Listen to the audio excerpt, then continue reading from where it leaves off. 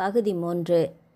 கராஞ்சி ஏரிக்கரையிலிருந்து சக்தி மலரை காரோடி கடத்தி வெளியே பிரதான சாலைக்கு வந்த உடனேயே காரை ரேஸ் கிளப் சாலைக்கு ஓட்டச் சொன்னான் சைலேஷ். யார் சார் இவங்க என்று கேட்ட டிரைவரை, சொன்ன வேலையை மட்டும் செய், இது உனக்கு தேவையில்லாத விஷயம் என்று பட்டென்று கன்னடத்தில் முரட்டுத்தனமாக சொல்லி அடக்கினா. 15 நிமிடத்தில் சொன்ன இடத்தை அடைந்ததுமே இருள் பரவி வரும் நேரத்தில் சாலையில் அதிக நடமாட்டம் இல்லாத ஒரு இடத்தில் டைல்ஸ் அடுக்கியிருந்த ஒரு சரக்கு லாரியின் அருகில் நிறுத்தினா. நீ கோழிக்கோடு நேஷ்னல் ஹைவே எங்கேயாவது ஒரு 200 கிலோமீட்டர் தூரம் தள்ளி வண்டியை நிறுத்திட்டு எங்கேயாவது வெளியூர் போயிட்டு 2 மாதம் கழிச்சு வா என்று முடித்தவன் காரை அனுப்பும்போது அரை மணி நேரம் ஆகியிருந்தது.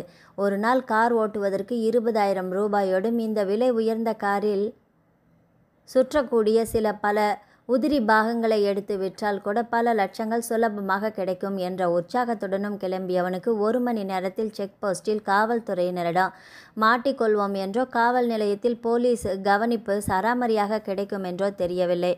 அதை அவன் கனவிலும் எதிர்பார்க்கவில்லை. ரேஸ்கோர்ஸ் சாலையில் ஒரு டைல்ஸ் ஏற்றி நின்றிருந்த லாரியின் அருகில் இறக்கிவிட்டேன், இதை தவிர வேற எதுவுமே எனக்கு தெரியாது என்ற தகவலை நம்ப காவல்துறை அதிகாரிகள் தயாராக இல்லை. அடி விழுவதும் நிற்கவில்லை. சில ஆயிரங்களுக்கு ஆசைப்பட்டு தெருவில் நிற்க வேண்டி வந்த தன் விதியை எண்ணி நொந்து கொண்டான். காரை அனுப்பிவிட்டு லாரியில் சக்தி மலரை தூக்கி போட்டுக்கொண்டு அதை செலுத்திய சைலேஷ் தங்களின் மருத்துவமனை வளாகத்திற்குள் செலுத்தினான். அங்கிருந்து 10 நிமிட பயண நேரத்தில் மருத்துவமனைக்கு சென்று விடலாம் என்றாலுமே அவனை ஆபரேஷன் தியேட்டருக்கு எப்படி எடுத்துச் செல்வது என்ற யோசனையில்தான் இருந்தான் சைலேஷ். வாகனம் செக்யூரிட்டியை தாண்டி சுலபமாக சென்றுவிடும். பின்னால் இந்த கட்டிடப் பொருட்களை ஏற்றிச் செல்ல தனியாக ஒரு லிஃப்ட் இருக்கும், அதில் கொண்டு சென்று விடலாம். காலையில் இவர்களின் வாகனத்தை பின்தொடர வேண்டும் என்று காத்திருந்த நான் முன்பே வந்து இங்கே எல்லா ஏற்பாடுகளையும் செய்து வைத்தது நல்லதாக போய்விட்டது. அப்போது கட்டிட உரிமையாளராக காரில் வந்தான். இப்போது திருட்டுத்தனமாக லாரி ஓட்டுநராக வருகிறான். ஏன்? எல்லாம் நல்லதுக்கே. தனக்கு கிடைக்காத சக்தி யாருக்கும் கிடைக்கக்கூடாது என்ற குரூரமான எண்ணம். இனி வரும் காலம் முழுவதும் தனக்கு கோடி கோடியாக வருமானத்தை ஈட்டி தந்து இருக்கக்கூடிய ஒரு லட்சுமியை தனக்கு கிடைக்க விடாமல் செய்து விட்டான் என்ற சிவகணேசின் மேல் வந்த கோபம். தன்னை பெயிலில் கூட எடுக்க முன்வராத பெற்றோரை பழிவாங்க அவர்கள் முனைந்து கட்டிய இந்த மருத்துவமனை வளாகத்திலேயே திறப்பு விழாவிற்கு முன்பே ஒரு பெண் குரூரமாக கொலை செய்யப்பட்டாள் என்ற செய்தியும் போலீஸ் விசாரணையும் அவர்களை பொருளாதார ரீதியாகவும் மன ரீதியாகவும் செயலிழக்க செய்யும் என்ற நம்பிக்கை.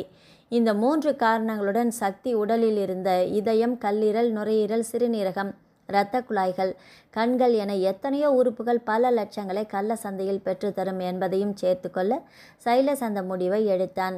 மேல் மாடியில் கைப்பிடி சுவர் கட்டுவது, சுவர்களில் டைல்ஸ் பதிப்பது போன்ற கடைசி கட்ட பணிகள் நடைபெற்று கொண்டிருந்த அந்த கட்டிடத்திற்குள் நுழையும் போதே சக்தியை கவனித்தான். 1 மணி நேரம் தாக்கு பிடிக்கக்கூடிய அளவில் மருந்தை பயன்படுத்தி இருந்தான். இன்னும் அரை மணி நேரம் தாக்கு பிடிப்பால் தான். லாரியை கட்டிடத்தின் பின்பகுதிக்கு கொண்டு சென்று லிஃப்ட் மூலம் 3வது மாடியிலிருந்து அறுவை சிகிச்சை அரங்கத்திற்கு கொண்டு வந்து அவளை படுக்க வைத்தபோது அவளின் மயக்கம் கலையும் நேரம் சரியாக இருந்தது. Hi Mrs Sakthi Malar, welcome to health care hospital, operation theatre என்று சைலேஷின் வரவேற்பனை கேட்டு கண்களை திறந்தாள் சக்தி. ஏய் நீயா, இங்கே எதுக்குடா கூட்டிகிட்டு வந்தாய் என்று கேட்டபடி எழ முயன்றபோது முடியவில்லை. கைகளும் கால்களும் கனமான செல்லோடேப் போன்ற பொருளால் படுத்திருந்த டேபிளில் சேர்த்து ஒட்டப்பட்டு இருக்க வேண்டும்.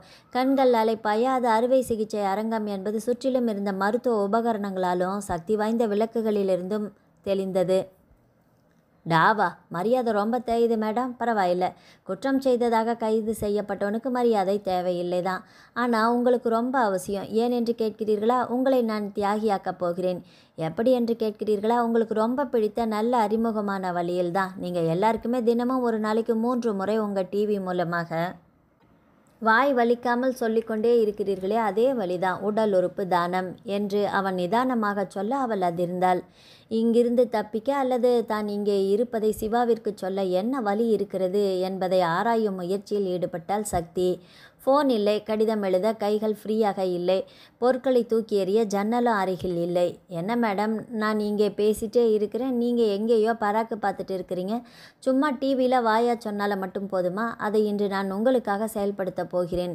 உங்கள் குறும்படத்தில் கடைசி டயலாக் என்ன ஞாபகம் இருக்கா? சொல்ல மாட்டீங்களா? சரி, உங்களுக்காக நானே சொல்கிறேனே என்று அவளின் குரலில் பேச ஆரம்பித்தான். மனிதன் தன் உடலில் இருந்து 25 வகையான உறுப்புகளையும் திசுகளையும் தானம் தர முடியும்.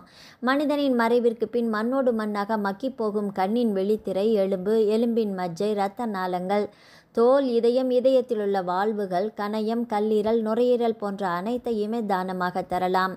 தாம் இறந்த பின்பும் பிறரை வாழ வைக்கும் நம் உறுப்பு தானம் நம்மை மகாபாரத கர்ணனை மிஞ்சிய கொடையாளராக மாற்றும். மறக்காதீங்க. மேலும் விவரங்களுக்கு shailesh&healthcare.com தொடர்பு கொள்ளுங்க என்று சொல்லிவிட்டு விழுந்து விழுந்து சிரித்தான். சிரிக்காதடா. ஆணவத்தில் ஆடும் எந்த மனிதரும் ரொம்ப நாள் நிலைத்து நிற்க முடியாது. உனக்கு ஒரு முடிவு கட்டாமல் இந்த மைசூரை விட்டு நாங்கள் போக போகிறதில்லடா. வெயிட் பண்ணு, சிவா வந்துட்டே இருக்கிறாரு என்று கடுப்புடன் சொன்ன சக்திக்கு அவன் இங்கே வரணுமே என்று இருந்தது. வரட்டும் சக்தி, உன்னை அப்படித்தானே அவன் கூப்பிட்டான். மலர் என்று கூப்பிடும்போது குழந்தை மாதிரி இருந்தாக. அவன் உன்னை சக்தி என்று கூப்பிட்டதுமே எங்கள் ஊர் சாமுண்டீஸ்வரி மாதிரி ஆக்ரோஷமாக பேச ஆரம்பித்து விட்டாயே. இது கூட நல்லா இருக்குது. வெறுமனே வாய் சொல்லில் வீராங்கனையாக இல்லாமல் உன் உடலில் இருக்கும் 25 உறுப்புகளையும் எடுத்து நீ ஒத்துழைப்பு கொடுக்க வேண்டும். அதற்கு நரம்பு மண்டலத்தை முதலில் செயலிழக்க வைக்க வேண்டும். அப்போதானே வலி இல்லாமல் நோ வலி தெரியாமல் இருக்கும். அதுக்கு முதுகுத்தண்டில் ஒரு ஊசி போடணும். ரெடியா சக்தி என்று கேட்டபடியே சிகிச்சையை ஆரம்பித்தான். சிரஞ்சை எடுத்தான். அவன் வேலையில் கவனமாக இருந்தபோது அவன் சிரஞ்சை தேர்ந்தெடுத்த ட்ரேயிலிருந்து மிகுந்த பிரயாசையுடன் விரல்களை பயன்படுத்தி சர்ஜரிக்கென்று பல்வேறு அளவுகளில் இருந்த கூர்மையான கத்தியில் மிக சிறியதாக கூர்மையாகவும் இருந்த ஒரு கத்தியை உள்ளங்கையில் மறைத்து வைத்தாள். நான் என் உடலில் இருந்து நிறைய உறுப்புகளை எடுத்தாலும் அவற்றிற்கு எல்லாமே உடனடியாக பயன்பாடு இருக்குமா தெரியலை சக்தி. இதயத்தை 5 மணி நேரத்திற்கு மேல் வைத்திருக்க முடியாது. இதயத்தின் செல்களை 5 ஆண்டுகள் வரை பத்திரப்படுத்தி வைக்கலாம். உள்ளுறுப்புகளில் அதிகமாக பயன்படுத்தக்கூடியது நான் முயற்சி எடுத்துக்கொள்கிறேன் என்று சொன்னபடியே அவளுக்கு மயக்க மருந்தை செலுத்தினான். என்னை இந்த மாதிரி செய்வதால் உனக்கு என்ன பிரயோஜனம்? நான் உயிரோடு இருந்தாலாவது, நீ அந்த சிவகணேசின் மனைவியாக உயிரோடு இருந்தால் எனக்கு என்ன பிரயோஜனம் சக்தி? உனக்கு ஒன்று தெரியுமா? பொதுவாக அறுவை சிகிச்சை செய்யும்போது இரத்த இழப்பு ஏற்படும், உயிருக்கு ஆபத்து ஏற்படும் என்று அதை தடுக்க எல்லா முன்னெச்சரிக்கைகளையும் செய்து வைத்திருப்பார்கள். ஆனால் நமக்குத்தான் உயிரை காப்பாற்ற வேண்டும் என்ற எந்த கவலையும் இல்லையே. அதனால் இந்த தியேட்டரை ரெடி பண்ணும்போதே பஞ்சு, பேண்டேஜ், துணி இது எல்லாமே கூட வேண்டாம் என்று விட்டுவிட்டேன் என்று சொல்ல சக்தியின் மூளை வேகமாக வேலை செய்தது. உங்கள் அம்மா அப்பாவிடம் இல்லாத பணமா அர்ஜுன்? எதுக்கு நீ இந்த மாதிரி வேலையில் இறங்குகிறாய் என்று குரலில் வருத்தத்துடன் கேட்க, மயக்க மருந்து வேலை செய்ய ஆரம்பிக்குதா சக்தி? 20 நிமிஷம் ஆகணுமே என்று கேட்டபடி அவளை குனிந்து பார்த்தான்.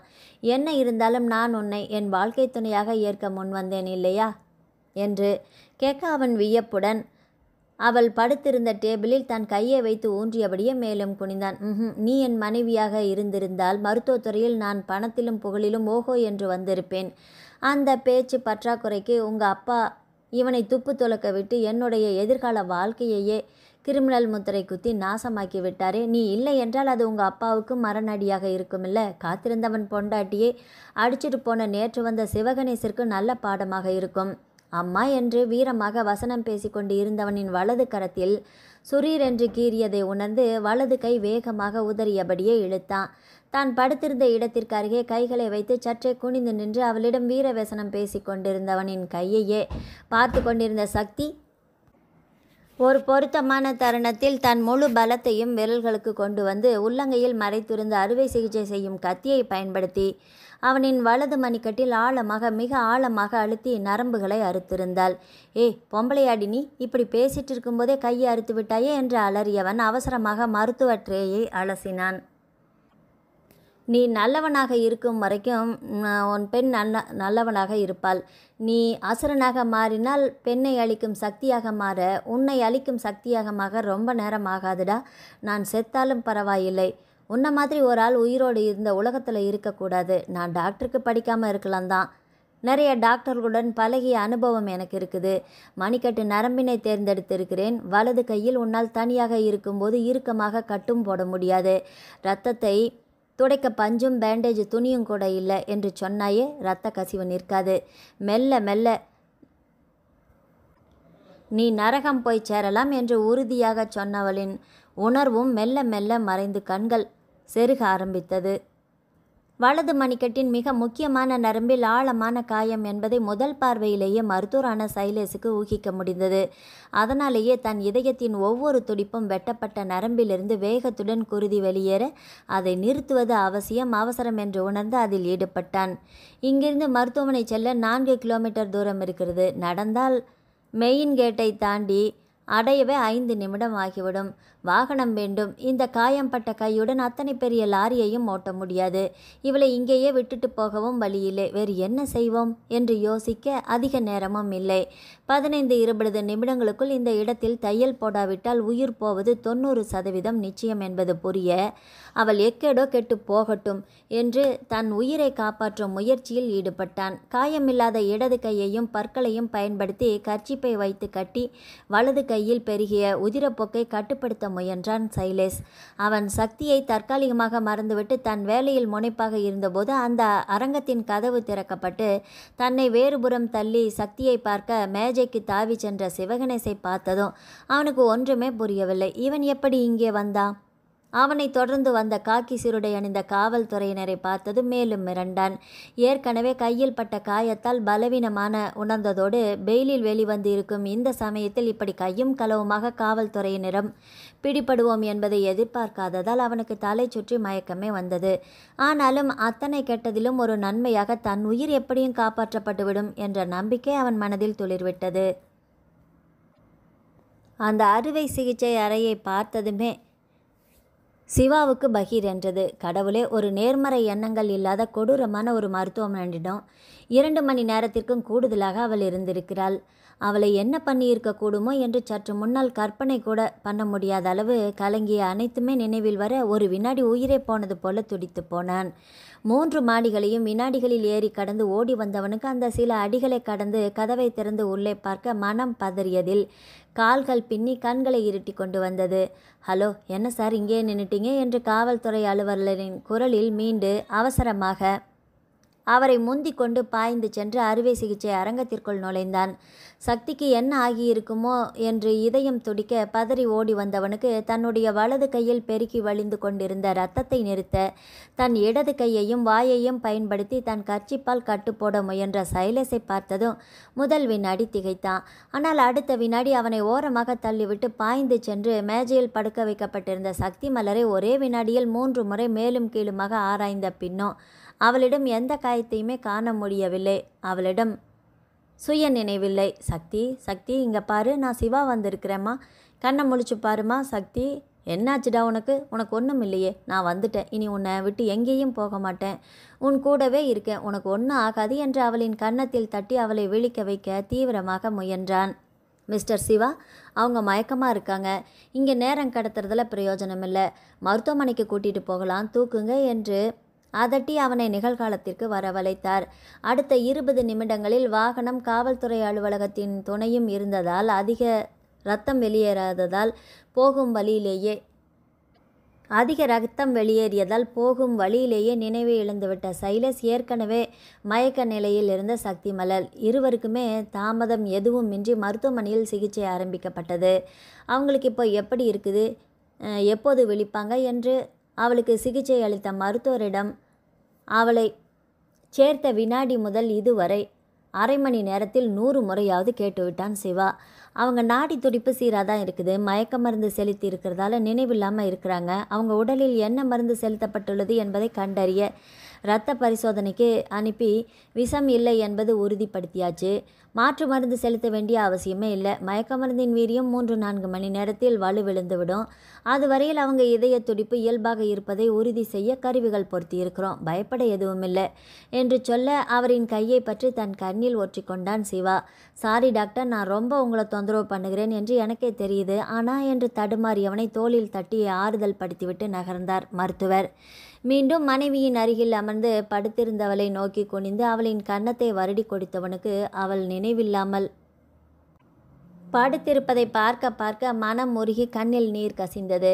கல்யாணமான 2வது நாள் தேனிலவில் மனைவியை மருத்துவமனையில் படுக்க வைத்து வேடிக்கை பார்க்கும் ஆள் இந்த உலகத்திலே தானாக மட்டும்தான் இருக்க முடியும். இதற்கு காரணம் தன் வேலை. இந்த வேலை தனக்கு ரொம்ப அவசியமா? மேலும் தன்னிறக்கத்தில் அவன் உருகி உருகி கரைந்து கொண்டு இருக்கையில் அவனின் அலைபேசி அழைத்தது. விஜய். சிவா சக்தியை பார்த்தாச்சா இல்லையா என்று நேரடியாக விசாரணையில் இறங்கியவனுக்கு சிவாவின் கண்ணீர் பதிலாக கிடைத்தது. டே என்னடா ஆச்சு என்று அவன் பதற அவசரமாக தன்னை சமாளித்தான். பார்த்து கூட்டி வந்தாச்சு, ஹாஸ்பிட்டல் நினைவில்லாமல் இருக்கிறா என்று சொன்னவனின் குரலில் கண்ணீர் இருந்தது. சிவா ரிலாக்ஸ், அவளுக்கு ஒன்றும் ஆகாது, நான் வந்து கொண்டே இருக்கிறேன். அவளுக்கு எதுவும் அடிக்கடி படலையே என்று கேட்டவனுக்கு அங்கே அவள் எப்படி இருக்கிறாள் என்று தெரியாமல் என்ன மாதிரி ஆறுதல் சொல்வது என்றும் புரியவில்லை. ஒரு இக்கட்டான சூழ்நிலையில் அமைதியாக இருக்கணும் என்று எத்தனையோ பேருக்கு அட்வைஸ் பண்ணினேன். என்னால் அப்படி இருக்க முடியவில்லை. எனக்கு என்ன செய்கிறதுனே தெரியல என்று திணறியவன் கண்ணில் நீரும் குரலில் ஆதங்கமும் இருந்தது. சிவா சிவா ப்ளீஸ் அமைதியாக இருடா, நான் சீக்கிரம் வந்துடுறேன். வந்தனாவையும் கூட்டிகிட்டு வரட்டுமா? அவளுடைய உதவி தேவைப்படுமா? இல்லை வேண்டாம் விஜய், தேவைப்படாது. அப்படி தேவைப்பட்டால் நாளைக்கு அம்மாவை விமானத்தில் வரவழைக்கலாம், அவங்களும் ஆடி போயிடுவாங்க. கல்யாணமாகி 2 நாள் முடியல, அவளை இப்படி பார்க்க முடியலடா. துருன்னு ஒரு நிமிஷம் ஒரு இடத்துல அமைதியாக அவளால் உட்கார முடியாது. அவளை போய் இப்படி படுக்கையில் நினைவில்லாமல் கடவுளே என்று கண்ணில் பொங்கிய நீர் கன்னத்தில் வழிய அதை துடைக்க கூட தோன்றாமல் திக்கி திக்கி பேசியவனின் மனக்குமரலை ஆற்றும் வகை தெரியவில்லை அந்த தோழனுக்கு. சிவா ப்ளீஸ் ரிலாக்ஸ்டா, கடவுள் நல்லவங்களை எந்த நேரத்துலையும் கைவிட மாட்டார் சிவா. பேட் டைம் வேறு, என்ன செய்கிறது? டாக்டர் என்ன சொன்னாருடா? உயிருக்கு ஆபத்து இல்லை தானே? உயிருக்கு எந்த ஆபத்தும் இல்லை. 3 மணி நேரத்தில் நினைவு திரும்பலாம் என்று எதிர்பார்க்குறாங்க. காயம் இல்லை, மன அதிர்ச்சி இருக்கலாம். 2 நாள் மருத்துவமனையில் இருக்கட்டும் என்று சொன்னார். அப்புறம் என்ன சிவா? கவலையை விடு. 2 மணி நேரத்தில் நானே அங்கே வந்துடுவேன். நீ தனியாக இருக்கிறதால தான் இவ்வளவு பதட்டமாக ஃபீல் பண்ணுற. அம்மாவிடம் ஃபோனில் பேசி சில நிமிடங்கள் கண் மூடி தியானமோ பிரார்த்தனையோ பண்ணு. சக்தியின் அருகில் அமர்ந்து உனக்கு ஒன்றும் இல்லை, என்னை பாரு, பேசி என்று சொல்லிக்கிட்டே இரு. C will be all right என்று மீண்டும் மீண்டும் அவனுக்கு பலவிதமாக வார்த்தைகளால் ஆறுதல் சொல்லிவிட்டு ஃபோனை வைத்தவன் பெங்களூரிலிருந்து கிளம்பும் முன்பு மறக்காமல் சைலேஷின் அப்பாவிற்கு நன்றி கூறி அவனின் உடல்நிலை குறித்து தகவலையும் தெரிவித்தான். கடத்தப்பட்ட விஷயம் சொல்லாமல் அவளுக்கு உடல்நிலை சரியில்லை என்றாவது தகவல் சொல்வது தான் சரி என்பதோடு அம்மாவிடம் பேசினால் தனக்கும் ஆறுதலாக இருக்கலாம் என்ற முடிவுக்கு வந்து அவர்களை அழைத்தான். ஆனால் அவனிடமிருந்து இரவு 9 மணிக்கு அழைப்பு என்றதில் ஆச்சரியம் அடைந்தவர்கள் விஷயம் அறிந்ததும் பதறி உடனே விமானத்தில் கிளம்பி வருவதாக சொன்னார்கள். இல்லைம்மா, அவளுக்கு ஒன்றும் இல்லை, இப்போ தூங்குறா, எழுந்ததுமே பேச சொல்கிறேன். எனக்கு மனசு சரியில்லை, அதை தான் பேசினேன். ஹனிமூன் போட இடத்துல இப்படி ஆயிடுச்சு என்று வேதாச்சலமும் அங்கையர்கண்ணி இருவருமே வருந்த அடக்க மாட்டாமல் அவன் கண்களில் நீர் வழிந்தது.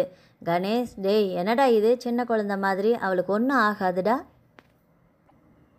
என்று ஆறுதல் சொல்ல அவர் கையில் இருந்து ஃபோனை பிடுங்கினார் அங்கையர்கண்ணி. சிவா, நான் சொல்கிறேன், அவளுக்கு ஒன்றும் ஆகாது. நம்ம உறவிலேயே இவனுக்கு இவ்வளோ பெரிய சம்பந்தமா என்று வயிற்றெரிச்சல் எத்தனை பேருக்கு இருக்குது தெரியுமா? திருஷ்டிப்பட்டு இருக்கும். கணேஷ், நீ சாமியை கும்பிட்டுக்கோப்பா, அவள் உடம்பு சரியானதும் ஒரு நட திருப்பதி போயிட்டு வாங்க, அவளுக்கு ஒரு குறையும் வராது என்று நம்பிக்கையோடு சொல்ல அவனுக்கு கொஞ்சம் பரவாயில்லாமல் இருந்தது. நாங்கள் கிளம்பணுமா என்று காலையில் சொல்லு கணேஷ், உங்கள் வசதியை விட வேறு எந்த வேலையும் எங்களுக்கு முக்கியமில்லை. அவள் கண் விழித்த உடனே சக்தியை அவங்க அப்பாவிடம் ஃபோனில் பேசவை. அவருக்கும் ஒன்று இருப்பது என்று ஒரே பெண் தானே, எங்களை விட அவருக்கு தான் ரொம்ப கஷ்டமாக இருக்கும் என்று சொல்லி மனம் வருந்திவிட்டு ஃபோனை வைத்தாள். அம்மாவிடம் பேசிவிட்டு ஃபோனை வைக்கும் முன்பே அடுத்த அழைப்பு வந்தது. ராமகிருஷ்ணன். சிவா, மலர் எப்படி இருக்கிறா? பெங்களூரில் காட்டாமல் போக வேண்டாமா என்று திரும்ப திரும்ப கேட்டேனே, கடைசியில் இப்படி அவளை ஹாஸ்பிட்டலில் பார்க்க வச்சிடுச்சே என்று அதட்டினார் சிவகிருஷ்ணன். 2 நாட்களுக்கு முன்பு திருமண மண்டபத்தில் மாப்பிள்ளை மாப்பிள்ளை என்று மூச்சுக்கு 300 முறை அழைத்தவர் இப்போது மகளுக்கு ஒரு ஆபத்து என்றதுமே பெயர் சொல்லி அதட்டுகிறார் என்பது கருத்தில் பதிந்தாலும் சிவகணேசருக்கு கோபம் வரவில்லை. சாரி மாமா, நானே உங்களிடம் பேச முயன்று கொண்டுதான் இருந்தேன். எப்படி இருக்கா மலர்? அதை சொல்லு முதல்ல. நல்லா இருக்கா மாமா? இப்போ மயக்கம். இன்னும் 2 மணி நேரத்தில் அவளை உங்களிடம் பேச வைக்கிறேன். அவளுக்கு எந்த ஆபத்தும் இல்லை. 2 நிமிஷத்தில் அவளை வீடியோ பண்ணி உங்களுக்கு மெயில் அனுப்புகிறேன். என்னை நம்புங்க மாமா, பயப்பட வேண்டாம் என்று டாக்டர் சொல்லி இருக்கிறாரு. சாரி மாமா, உங்களை கலவரப்படுத்த வேண்டாம் என்று தான் சொல்லலை. அவளுக்கு ஒன்றும் இல்லை மாமா. இதை முன்பே நான் எதிர்பார்த்திருக்க வேண்டும். காலையில் நீ மெசேஜ் கொடுத்தாய். நான் தான் உங்களுக்கு கூடுதல் காவல் முன்பே போட்டு இருக்கலாம்.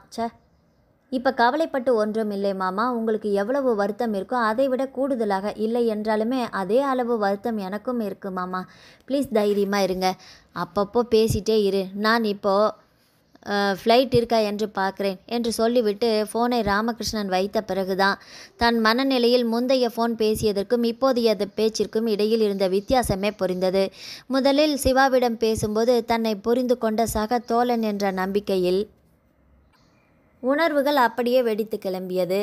பேச்சு திக்கி கண்ணில் நீர் வழிந்தது. அடுத்த அம்மாவிடம் பேசும்போது அம்மாவின் உடல்நிலை, அவர்களின் மனநிலை ஆகியவை மனதில் வைத்து கொஞ்சம் சாதாரணமாக இருப்பது போல பேசினா. இப்போது ராமகிருஷ்ணனிடம் பேசும்போது அவளுக்கு ஒன்றுமே இல்லை, பயப்படாதீங்க என்று அவரை தேற்றும் நிலைக்கு வந்துவிட்டானே என்று தோன்றியது. ராமகிருஷ்ணனிடம் வாக்களித்தபடி சக்தியை 2-3 கோணங்களில் படம் பிடித்து அவருக்கு அனுப்பி வைத்துவிட்டு சக்தியின் படுக்கையின் அருகில் நாற்காலியை இழுத்து போட்டு படுக்கையில் தலை சாய்த்து அவளின் கன்னத்தோடு ஒட்டினார் போல அமர்ந்து விஜய் சொன்னதை செய்ய ஆரம்பித்தான். சக்தி, சீக்கிரம் கண்ணை முழிச்சுக்கோ. நீ இல்லாமல் நான் இல்லை. I love you. இது இன்னைக்கு சொல்கிற வாக்கியம் இல்லை. 8 மாதமாக ஒரு நாளைக்கு 100 முறை மந்திரம் போல ஜபிக்கும் வார்த்தைகள் என்று வாக்கியங்களை தாரக மந்திரம் போல மீண்டும் மீண்டும் அவளின் காதுக்குள் ஓத ஆரம்பித்தான் சிவகணேஷ். அர்ஜுனிடம் முன்பு பழகிய நினைவுகள், திருமணம் குறித்து தந்தையுடன் நடத்திய வாக்குவாதங்கள், சிவகணேசுடன் நடந்த திருமணம் என்று பல்வேறு நினைவுகளின் தாக்கத்தில் புரண்டு கொண்டிருந்தது சக்தியின் ஆழ்மனம். சிவகணேசின் வார்த்தைகள் அவள் காதுகள் வழியாக புத்தியில் பதிய மற்ற நினைவுகள் பின்வாங்கி சிகிச்சை ஆரம்பித்த 2 மணி நேரத்தில் சக்தியின் கவனம் நிகழ்காலத்திற்கு வர ஆரம்பித்தது. சக்தியின் காதுக்குள் மீண்டும் மீண்டும் ஒலித்த சக்தி, ஐ லவ் யூ. இது இன்று சொல்லும் வார்த்தை இல்லை, 8 மாதங்களாக தினமும் ஒரு நாளைக்கு 100 முறை உச்சரிக்கும் வார்த்தைகள் என்ற சிவாவின் குரல் கேட்டு அவள் தேகம் தூக்கி வாரி போட்டது. சக்தி, சக்தி, என்ன ஆச்சுடா? இங்கே பாரு, நான் சிவா என்று கன்னத்தில் தட்ட அவள் மெல்ல கண்களை விழித்து பார்த்தாள். வெகு அருகில் தோன்றிய கவலையான முகம், கண்களில் கரை கட்டி நின்ற கண்ணீரின் பளபளப்பு, கன்னத்தை வருடிய வலுவான கைகள், இவன் தன்னை தன் நலன் நாடுபவன் என்பதை பறைசாற்ற சிவா என்ற அழைப்புடன் அவனின் கழுத்தை வளைத்து அருகே இழுத்தாள் சக்தி. கண் விழித்ததும் அவள் தன்னை தேடலாம் என்பதை அறிந்தே இருந்தாலுமே அந்த விம்மலும் விசும்பலுடன் அவன் கழுத்தை வளைத்து அருகே இழுத்து அவளின் அணைப்பும் சிவகணேஷ் எதிர்பாராதது. சக்தி, உனக்கு ஒன்றும் இல்லடா என்று ஆறுதல் வார்த்தைகளுடன் நாற்காலியிலிருந்து எழுந்து கட்டிலில் அவளை ஒட்டினார் போல அமர்ந்து அவளின் தலையை தன் மார்பில் சாய்த்து வருடி கொடுக்க அவளின் விம்மலும் கண்ணீரும் கூடியது. சக்தி, அழக்கூடாது, நான் இருக்கிறேன் இல்லையா? இங்கே பாரு சக்திமா, தைரியமான பொண்ணு சக்தி இல்லை. நான் நினச்சேனே, கோழையா நீ? ரிலாக்ஸ்மா. என்ன பிரச்சனை சொல்லு. எங்கேயாவது வலிக்குதா? டாக்டரை கூப்பிட்டுமா என்று தேறுதலாக, அக்கறையாக, ஆதரவாக மாறி மாறி பேசிய பின்னும் அவளின் கண்ணீர் நிற்கவே இல்லை. அவன் மார்பிலிருந்து நிமிரவும் இல்லை. தனியாக இந்த அறுவை அரங்கத்தில் அவனிடம் மாட்டிக்கொண்டதில் அவள் ரொம்பவே பயந்து போயிருக்க வேண்டும் என்று தோன்ற அவளை அணைத்து சற்றே கொஞ்ச நேரம் அமைதியாக அமர்ந்திருந்தான். சில நிமிடங்கள் கழித்து அவளை தன் மார்பிலிருந்து நிமித்தி, எதுக்குமா இந்த அழுகை என்று அவளின் கண்களை துடைத்தவாறு கனிவோடு விசாரித்தான் சிவா. அவன் என்ன ஆனா என்று திணறலாக கேட்டவளின் குரலிலும் கண்களிலும் பதட்டமும் குழப்பமும். தெரியலை சக்தி, இங்கே பக்கத்தில் தான் இருக்கணும். நான் அருகில் இருந்ததால் பார்க்கல. இதை பற்றி அக்கறையும் எனக்கு இல்லை. உனக்கு எப்படி இருக்கோ அதை சொல்லு. சிவா, அவன் ஒருவேளை செத்துட்டா என்று கேட்க முடியாமல் அவளின் தேகம் ஒரு முறை சிலிர்த்தடங்க அவன் மீண்டும் அவளை அணைத்து கொண்டான். சக்தி, அவனுக்கு உயிருக்கு ஆபத்தில்லை என்று தான் நினைக்கிறேன். நாங்கள் பார்க்கும்போது அவன் நினைவோடு தான் இருந்தான். அப்படியே அவன் செத்து விட்டாலுமே இந்த உலகம் தன் இயக்கத்தை நிறுத்தி விடாது. அவனுடைய மரணத்தால் உனக்கு பிரச்சனை வரவிட மாட்டோம். நான் உன்னுடன் கூடவே இருக்கிறேனே. அப்பா கிரிமினல் லாயர், எங்களை விடு. உங்கள் அப்பா இல்லையா? எதுக்கு இந்த பயம் என்று அழுத்தமாக சொல்லிவிட்டு மீண்டும் அவளை அணைத்து முதுகை வருடி கொடுத்தான். தைரியமடைந்து அவள் விலகியதும் அவளின் கலைந்த தலைமுடியை ஒதுக்கியபடி, உங்கள் அப்பா உனக்கு என்ன ஆச்சோ என்று பயத்தில் இருக்கிறாரு. அவரிடம் நல்லா இருக்கிறேன் என்று நீயே சொல்லிவிடுகிறாயா என்று கேட்க அவள் பதறி எழுந்தாள்.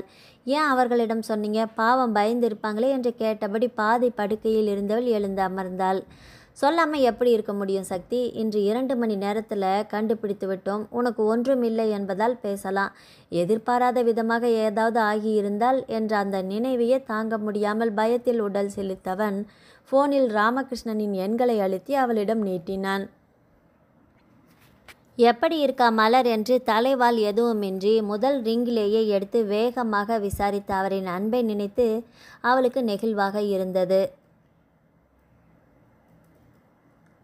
நான் தான்ப்பா மலர், நல்லா இருக்கிறேன்ப்பா. நீங்கள் எப்படிப்பா இருக்கிறீங்க? மலர், நீயா பேசுகிற? கடைசி 1 மணி நேரம் என் உயிரே என் கையில் இல்லடா. கோபத்திலையும் பதட்டத்திலையும் என்ன பேசுகிறோம் என்று தெரியாமல் மாப்பிள்ளையை வேற திட்டேன்டா. நல்லா இருக்கிறியா கண்ணே என்று கண்ணில் நீருடன் அவர் பேசியது அவளுக்கு புரியவில்லை. என்னப்பா சொல்கிறீங்க? எதுக்கு அவரை திட்டினீங்க? அவர் என்ன செய்தார்? இப்போ பெங்களூர் கூட நீ சொல்கிற பேச்சை கேட்டுக்கொண்டு கிளம்ப வேண்டாம் என்று சொல்லி பார்த்தேனே, உன் ஆசைக்காக என்று கிளம்பி விட்டார். அங்கே உன்னை காணோம் என்றதும் பதறிவிட்டேன் நான். மலர், அப்பா தன்னை பெங்களூர் அழைத்து செல்ல வேண்டாம் என்று சொன்னாரா? இவன் தனக்காக வாதாடினானா? ஏன் அவ்வளவு பிரியமா? அவனை ஓரக்கண்ணால் ஆராய்ந்த போது அவளின் அமைதியை உணராமல் உணர்ச்சி வேகத்தில் ராமகிருஷ்ணன் பேசினார். நீ கேட்ட மாதிரியே கொஞ்ச நாள் தள்ளி கல்யாணம் வச்சிருக்கலாமோ? மாப்பிள்ளை பேச்சை கேட்டு அவசரப்பட்டுட்டோமோ என்று 1000 முறை இப்போ நினச்சி புலம்பிட்டேன் மலர்.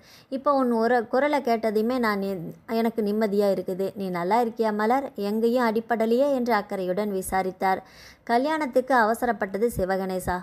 அவளுக்கு நிறைய யோசிக்க வேண்டும். இப்போதைக்கு அப்பாவிடம் எதுவும் கேட்க வேண்டாம். முதல்ல சிவாவிடம் கேட்க வேண்டிய விஷயங்களை தெளிவுபடுத்தி கொள்ளணும். கொஞ்சம் டயர்டாக இருக்குதுப்பா, வேறு எந்த பிரச்சனையும் இல்லை. நான் நாளைக்கு காலையில் ஃபோன் பேசட்டுமா என்று கேட்க அவர் அவசரமாக சம்மதித்தார். சரி மலர், உடம்பை பார்த்துக்கோ, நேரில் பேசலாம். நான் காலையில் மைசூர் வந்துடுறேன், 6:10க்கு ஃப்ளைட்டு என்று பேச்சை முடிக்க அவள் இடையிட்டாள். நீங்கள் எதுக்குப்பா இங்கே வரீங்க? நானே நாளைக்கு டிஸ்சார்ஜ் ஆகிடுவேன். 2 நாளில் சென்னைக்கு வந்துடுவேன். நீங்கள் உங்கள் வேலையை விட்டுட்டு அலைய வேண்டாம்ப்பா. எனக்கு ஒன்றும் இல்லை. ஒரு நடை வந்து பார்த்துட்டேன் என்றால் எனக்கு திருப்தியாக இருக்கும் மலர். அதுக்கு தான் நான் சொல்கிறேன். அப்பா ப்ளீஸ், நான் நல்லா இருக்கிறேன். உன்னை தொந்தரவு பண்ண மாட்டேன் மலர். என் பொண்ணு ஹனிமூனில் இருக்கிறா என்ற நினைவு எனக்கு இருக்குது. 8 மணிக்கு வருவேன். உன்னுடன் 1 மணி நேரம் இருப்பேன். மருத்துவமனை டிஸ்சார்ஜ் சமாச்சாரம் முடிக்கிறேன். போலீஸ் ஆஃபீஸர்களிடம் பேசுகிறேன். 10-11 மணிக்கு திரும்ப சென்னைக்கு கிளம்பிடுவேன். போதுமா? மறுக்கக்கூடாது மலர், இது ஃபைனல். மாப்பிள்ளையிடம் சாரி சொன்னேன் சொல்லிடு என்று சொல்லிவிட்டு அவளின் பதிலை எதிர்பாராமல் ஃபோனை வைத்து விட்டார் ராமகிருஷ்ணன். சு என்று கோபத்துடன் முணுகியபடி ஃபோனை அவன் கையில் கொடுத்தாள் சக்தி. மாமா என்ன சொன்னாங்க? மாமா சொல்கிறது இருக்கட்டும், உங்களுக்கு ஏன் அப்பா சாரி சொல்கிறாங்க? நீங்கள் அவரிடம் எதுக்கு திட்டு வாங்கினீங்க அதை சொல்லுங்கள் முதல்ல. நான் ஏன் அவரிடம் திட்டு வாங்க போகிறேன்? உன்னை காணோம் என்று சொன்னதுமே பதட்டத்தில் அவர் பேசுவதையெல்லாம் திட்டு கணக்கில் எடுக்கலாமா சக்தி? நான் கூட விஜயிடம் என்ன புலம்பினேன் திட்டினேன் என்று ஞாபகமே இல்லை. அன்பு இருக்கும் இடத்தில் இந்த மாதிரி அத்துமீறல்கள் மன்னிக்க தகுந்தவை என்று புன்னகையோடு சொல்லிவிட்டு அவளின் முகத்தை நிமித்தினான். இப்போதான் உங்கள் அப்பாவிடம் பேசிய பிறகு உன் முகம் கொஞ்சம் பார்க்குற மாதிரி இருக்குது. முதல்ல ரொம்ப கலவரமாக இருந்தது. ரொம்ப பயந்து விட்டாயா சக்தி என்று வருத்தமான குரலில் விசாரித்தான். இல்லை சிவா, சைலேஷ் கடத்தி விட்டான் என்பதை அறிந்தபோதே முதலில் எனக்கு பயம் இல்லை. பகல் நேரம் துப்பறிவதையே தொழிலாக கொண்ட கணவனுடன் வந்து இருக்கிறோம். வாகனத்தையும் சேர்த்து கடத்தியிருக்கிறான். ஏற்கனவே கிரிமினல் வழக்குகளில் சிக்கி பெயிலில் வந்து இருப்பவன் போன்ற பல காரணங்களினால் சீக்கிரமே கண்டுபிடித்து விடுவார்கள் என்ற நம்பிக்கையுடன் இருந்தேன். ஆனால் அங்கே அந்த ஹாஸ்பிட்டல் தியேட்டரில் தனியாக இருந்ததை பார்த்ததுமே இன்று பாதியில் நிறுத்தியவள் மீண்டும் அவன் மார்பில் சாய்ந்து இறுக கட்டி கொண்டாள். 5 வருஷமாக துப்பறியும் தொழிலில் இருந்து 30க்கும் மேற்பட்ட கொடூரமான வழக்குகளில் காவல்துறைக்கு துணையாக பணிபுரிந்து தகவல் சொல்லி இருக்கும் நானே அந்த இடத்துல அந்த மாதிரி டேபிளில் படுக்க வச்சுருந்த உன்னை பார்த்ததும் ஆடி போயிட்டேன். உன் நிலையை என்னால் புரிஞ்சுக்க முடியுது சக்தி. அப்பா சொன்னது, உங்களுடைய அறிக்கை, பிரசன்னகுமார் அங்கிள் சொன்னது, இது எல்லாவற்றையுமே அறிந்து இருந்தாலும் கூட அவன் இவ்வளவு கொடூரமானவனாக இருப்பான் என்று அந்த நிமிஷம் வரைக்குமே நான் எதிர்பார்க்கல சிவா என்று அவள் வருத்தமாகவும் ஆதங்கத்துடன் சொல்ல அவன் பெருமூச்சொறிந்தான். அர்ஜுன் முன்பு பழகிய காலத்தில் அவன் சுண்டு விரல் கூட என் மேலே பட்டதில்லை. அவன் பார்வை சற்று வித்தியாசமாக படிந்திருந்ததாலோ பேச்சு சற்றே வரம்பு மீறி இருந்தாலோ அவனை வெட்டி விட்டு இருப்பேன் சிவா. 10 மாதம் தினமும் சந்தித்து ஒரு நாளில் 6-7 மணி நேரத்தை சேர்ந்தே கழித்திருக்கிறோம். இத்தனை நாள் பழகியும் அவனின் நடவடிக்கைகளில் உன்னால் வித்தியாசமாக எதையுமே கண்டுபிடிக்க முடியவில்லையா சக்தி என்று வியப்பாக கேட்டான் சிவா. இல்லையே சிவா, ஹஸ்தினாபுரத்தில் கெட்டவனை தேடிய தருமரை போல எனக்கு எதுவுமே கெடுதலாக கண்ணில் படவில்லையே. எல்லாவற்றிலும் நல்லவற்றையே பார்க்க எனக்கு சொல்லி கொடுத்திருந்தார்கள். நான் என்ன செய்யட்டும்? அவனுக்கு நிறைய பேர் ஃபோன் பண்ணியிருக்கிறார்கள். உடல் உறுப்புகள் விற்பனை ஃபோனில்தான் நடந்திருக்குது. நான் விசாரித்த போது அவனுடைய ஃபோன் பில்லும் ஒரு முக்கிய ஆவணம் சக்தி. இருக்கலாம் சிவா, அவனுக்கு அடிக்கடி ஃபோன் வரும். தனியாக போய் கூட பேச மாட்டான். அருகிலேயே இருந்து பேசும்போது விழிகள், சிறுநீரகம் என்ற உடல் உறுப்புகளின் பெயர் அடிபடுவதாலேயே அவன் மீது மரியாதை வந்தது. அவன் திருமணம் செய்து கொள்ள கேட்டபோது அப்பாவிடம் அழைத்து சென்றேன். அப்பா உங்களிடம் வந்தார். அது இருக்கட்டும், இந்த கல்யாணம் உடனடியாக நடக்க வேண்டுமென்று நீங்கள் தான் அப்பாவிடம் வற்புறுத்தி இருக்கிறீங்க, ஏன் என்று பேசிக்கொண்டே இருந்த விஷயத்தை விட்டுவிட்டு வேறு விஷயத்துக்கு தாவினாள் சக்தி. இல்லை சக்தி, நமக்குள்ளே பேசுவதை பிறகு பேசிக்கொள்ளலாம் என்று ஆரம்பிக்கும் போதே அவள் கண்களில் மறுப்பு தோன்ற அவன் கை உயர்த்தி தடுத்தான். அதை பற்றி பேச வேண்டாம் சக்தி, ப்ளீஸ் என நம்பு. உனக்கு கெடுதலாக எதுவுமே நான் நினைத்ததும் இல்லை, இனி நினைக்கப் போவதும் இல்லை. I love you. உன்னை நான் விரும்பி திருமணம் செய்தேன், இது சத்தியம். இதை மட்டும் மனசில் வச்சுக்கோ என்று உறுதியான குரலில் சொல்லி அவள் முகத்தை நிமித்தி நெற்றியில் முத்தமிட்டான். இப்போ இன்னும் கொஞ்ச நேரத்தில் நீ கண் விழித்தது தெரிந்த உடனே காவல்துறை அதிகாரிகள் விசாரணைக்கு வந்து விடுவார்கள். அவர்களிடம் என்ன சொல்ல போகிறோம், என்ன சொல்ல வேண்டாம் என்பதையும் முதலில் முடிவு பண்ணிக்கொள்வது நல்லது. அங்கே என்ன நடந்தது சொல்லு சக்தி. சிவா, இதை நீங்கள் எப்படி எடுத்துக்கொள்வீர்கள் என்று எனக்கு தெரியல. ஆனால் நான் சொல்வது எல்லாமே உண்மை. ஹெல்த் கேர் மருத்துவமனையில் தான் உடல் உறுப்பு தானத்தை விளம்பரப்படுத்துவதை கேலி செய்து சைலேஷ் சிரித்த அந்த நிமிடம் வரை அவனை நான் அவ்வளோ பெரிய கொடூரமான வில்லனாகவே பார்க்கவில்லை சிவா. உங்கள் அப்பா அவனுடைய தொழில் பற்றி சொல்லி இருப்பாரே சக்தி. அப்பாவின் குற்றச்சாட்டை என் பணத்திற்காக மனம் செய்யும் நோக்கத்துடன் செயல்பட்டான் என்ற அர்த்தத்தில் எடுத்துக்கொண்டேன். ஆனால் என்னுடைய அறிக்கை விவரமாக சான்றுகளுடன் இருந்ததே. உங்கள் அறிக்கையை அப்பா கொடுத்தபோது உங்கள் மீதும் கோபம் வந்தது. பணம் கொடுத்தால் என்ன வேண்டுமானாலும் அறிக்கை எழுதி தந்து விடுவானோ என்று உங்கள் மீது கோபம் வந்தது. பிரசன்னகுமார் அங்கிள் அவன் மீது குற்றச்சாட்டுகளை அடிக்கிய போது அவன் குற்றவாளி என்பதை காட்டிலும் என்னை மணந்து கொண்டவன் பொய் அறிக்கை தயார் செய்வதில் என்ற எண்ணமே மிகுந்திருந்தது. என்னை மணந்து கொண்டவன் பொய் அறிக்கை தயார் செய்யவில்லை என்ற எண்ணமே மிகுந்திருந்தது. அவளின் பேச்சு போகும் திசை புரிந்தது. அவள் தன்னை பற்றி அறிந்து கொள்வதிலும் ஆர்வம் காட்டியிருக்கிறாள் என்பது சந்தோஷம் கொடுத்த போதும் அவனுடைய சுயரூபத்தை முழுமையாக தெரிந்து கொள்ள தவறிவிட்டாளே என்ற வருத்தமும் தோன்றியது. முன்பே அவள் தெரிந்து கொண்டிருந்தாள் இந்த நிகழ்வை தடுத்திருக்கலாமோ? அவனின் எண்ணப்போக்கை உணராமல் அவள் தொடர்ந்து பேசினாள். ஆனால் சிவா நேருக்கு நேர் என்னை பார்த்து என்னிடமே நான் சொன்ன கர்ணனை மிஞ்சிய கொடையாளன் என்ற வாசகத்தை பயன்படுத்தி கேலி செய்யவும், நீயும் வள்ளலாகிவிடு என்று சிரிக்கவும் பயன்படுத்தக்கூடும் என்பதை நான் கனவிலே எதிர்பார்க்கவும் இல்லை. நான் பயன்படுத்திய அரசாங்க வலைதள முகவரியை அவன் பெயரை சொல்லி கேவலப்படுத்த என் கோபம் அளவு கடந்து போனது. அந்த வினாடியில்தான் என்ற ஆத்திரத்துடன் சொல்லி அவளின் வேகத்தை குறைக்க அவளை தன் மார்பில் சாய்த்து முதுகை வருடினான். சக்தி, தகுதி இல்லாத ஒருவனை நினைத்து உன் உடல்நிலையையும் மனநிலையையும் நீ கெடுத்து கொள்ள வேண்டாமே. நீங்கள் சொல்வதும் சரிதான். ஆனால் இத்தனை கேவலமான ஒரு மனித பிறவி இந்த உலகத்தில் இனி இருக்கவே கூடாது. நான் ஒருவேளை உயிரோடு இங்கிருந்து தப்பிக்க முடியாவிட்டாலும் இவனை தப்பிக்க விடக்கூடாது என்று முடிவெடுத்தேன். ஒரு கெட்டவனை தான் விரும்பிய பெண் தனக்கு கிடைக்கவில்லை என்பதற்காக குறுகிய நோக்கத்துடன் என்னையே அழித்து பணம் சம்பாதிக்க முயல்கிறான் என்றால் நல்ல சிந்தனை, நல்ல நடத்தை என்று சமூக அக்கறையுடன் பொறுப்புடன் செயல்பட நான் எப்படி நடந்து கொள்ள வேண்டும் என்று யோசித்தேன் என்று அவள் சொல்ல சிவாவிற்கு தீமையை அளிக்க அவதாரம் செய்த சக்தியின் வடிவமாகத்தான் தோன்றியது. இவன் இந்த உலகத்திற்கு தேவையில்லை என்ற முடிவை எடுத்தேன். கட்டுப்போடும் உபகரணங்கள் இல்லை என்று அவனை சொன்ன வாக்கியம் ஐடியா கொடுத்தது. கிடைத்த சர்ஜிக்கல் கத்தியை பயன்படுத்தி கைகள் கட்டப்பட்டு இருந்ததால் அருகில் இருந்த மணிக்கட்டில் நரம்புகளை அறுத்துவிட்டேன் சிவா. அவ்வளவுதான் எனக்கு தெரியும். அப்புறம் நானே மயங்கி விட்டேன். இப்போ அவன் உயிரோடு இருக்கிறானா என்று கேட்டாள் சக்தி. இருந்தாலும் இல்லாவிட்டாலும் அது நம் வாழ்க்கையை எந்த விதத்திலும் பாதிக்கப் போவதில்லை சக்தி. இனி நான் பார்த்துக்கொள்கிறேன் என்று உறுதி அளித்தான் சிவா. கணவனும் மனைவியும் ஒருவரை ஒருவர் பார்த்து காதலோடு புன்னகைத்த வேளையில் கதவு தட்டும் ஓசையை தொடர்ந்து விஜய் மருத்துவர், காவல்துறை கண்காணிப்பாளர் என்று ஒரு கூட்டமே அறைக்குள் நுழைய புன்னகையோடு மனைவியை தன் அணைப்பிலிருந்து விலக்கிவிட்டு எழுந்தான் சிவகணேஷ். சக்தி கண் விழித்ததும் அழைத்திருக்க வேண்டிய மருத்துவர் மற்றும் காவல்துறை அலுவலர்கள் அவர்களாக வரும் வரை காத்திருந்ததை எண்ணி கூச்சத்துடன் எழுந்தான் சிவகணேஷ். வாங்க டாக்டர், வாங்க சார், நானே உங்களை கூப்பிடணும் என்று நினைத்தேன். சக்தி இப்பதான் எழுந்தால் என்று சம்பிரதாயமாக மற்ற இருவரையும் வரவேற்றான். விஜயின் கைகளை பற்றி அழுத்தினான். இரத்த அழுத்தம் கொஞ்சம் அதிகமாக இருக்குது. மன உளைச்சலினாலும் பயத்தினாலும் இருக்கலாம். கவலைப்பட ஒன்றுமில்லை. காலையில் இன்னொரு முறை பிபி எடுத்து பார்க்கலாம். தேவைப்பட்டால் 2-3 நாளைக்கு மருந்து கொடுக்கலாம். வேற எந்த பிரச்சனையும் இல்லை என்று சக்தியை பரிசோதித்துவிட்டு மருத்துவர் கிளம்ப போலீஸ் விசாரணை ஆரம்பித்தது. நடந்த உண்மையை சுருக்கமாக சொல்லிவிட்டு இதை புகாராக பதிவு பண்ண விரும்பவில்லை என்றவள் விருப்பத்தை சக்தியின் வியப்பான பார்வை ஒதுக்கி சொன்ன வேளையில் அர்ஜுன் சார் வருவார் என்று எதிர்பார்க்காத சிவா எழுந்தான். சார், உங்களை நான் இங்கே எதிர்பார்க்கவே இல்லை. சைலேஷை பார்த்து விட்டீர்களா என்று விசாரித்தான். பார்த்துட்டேன் மிஸ்டர் சிவகணேஷ். உங்கள் ஃப்ரெண்டு விஜய் என்னுடன் காரில் வந்தார். எப்படி இருக்கிறாங்க உங்கள் மனைவி என்று விசாரித்தபடி அருகில் வந்தார்.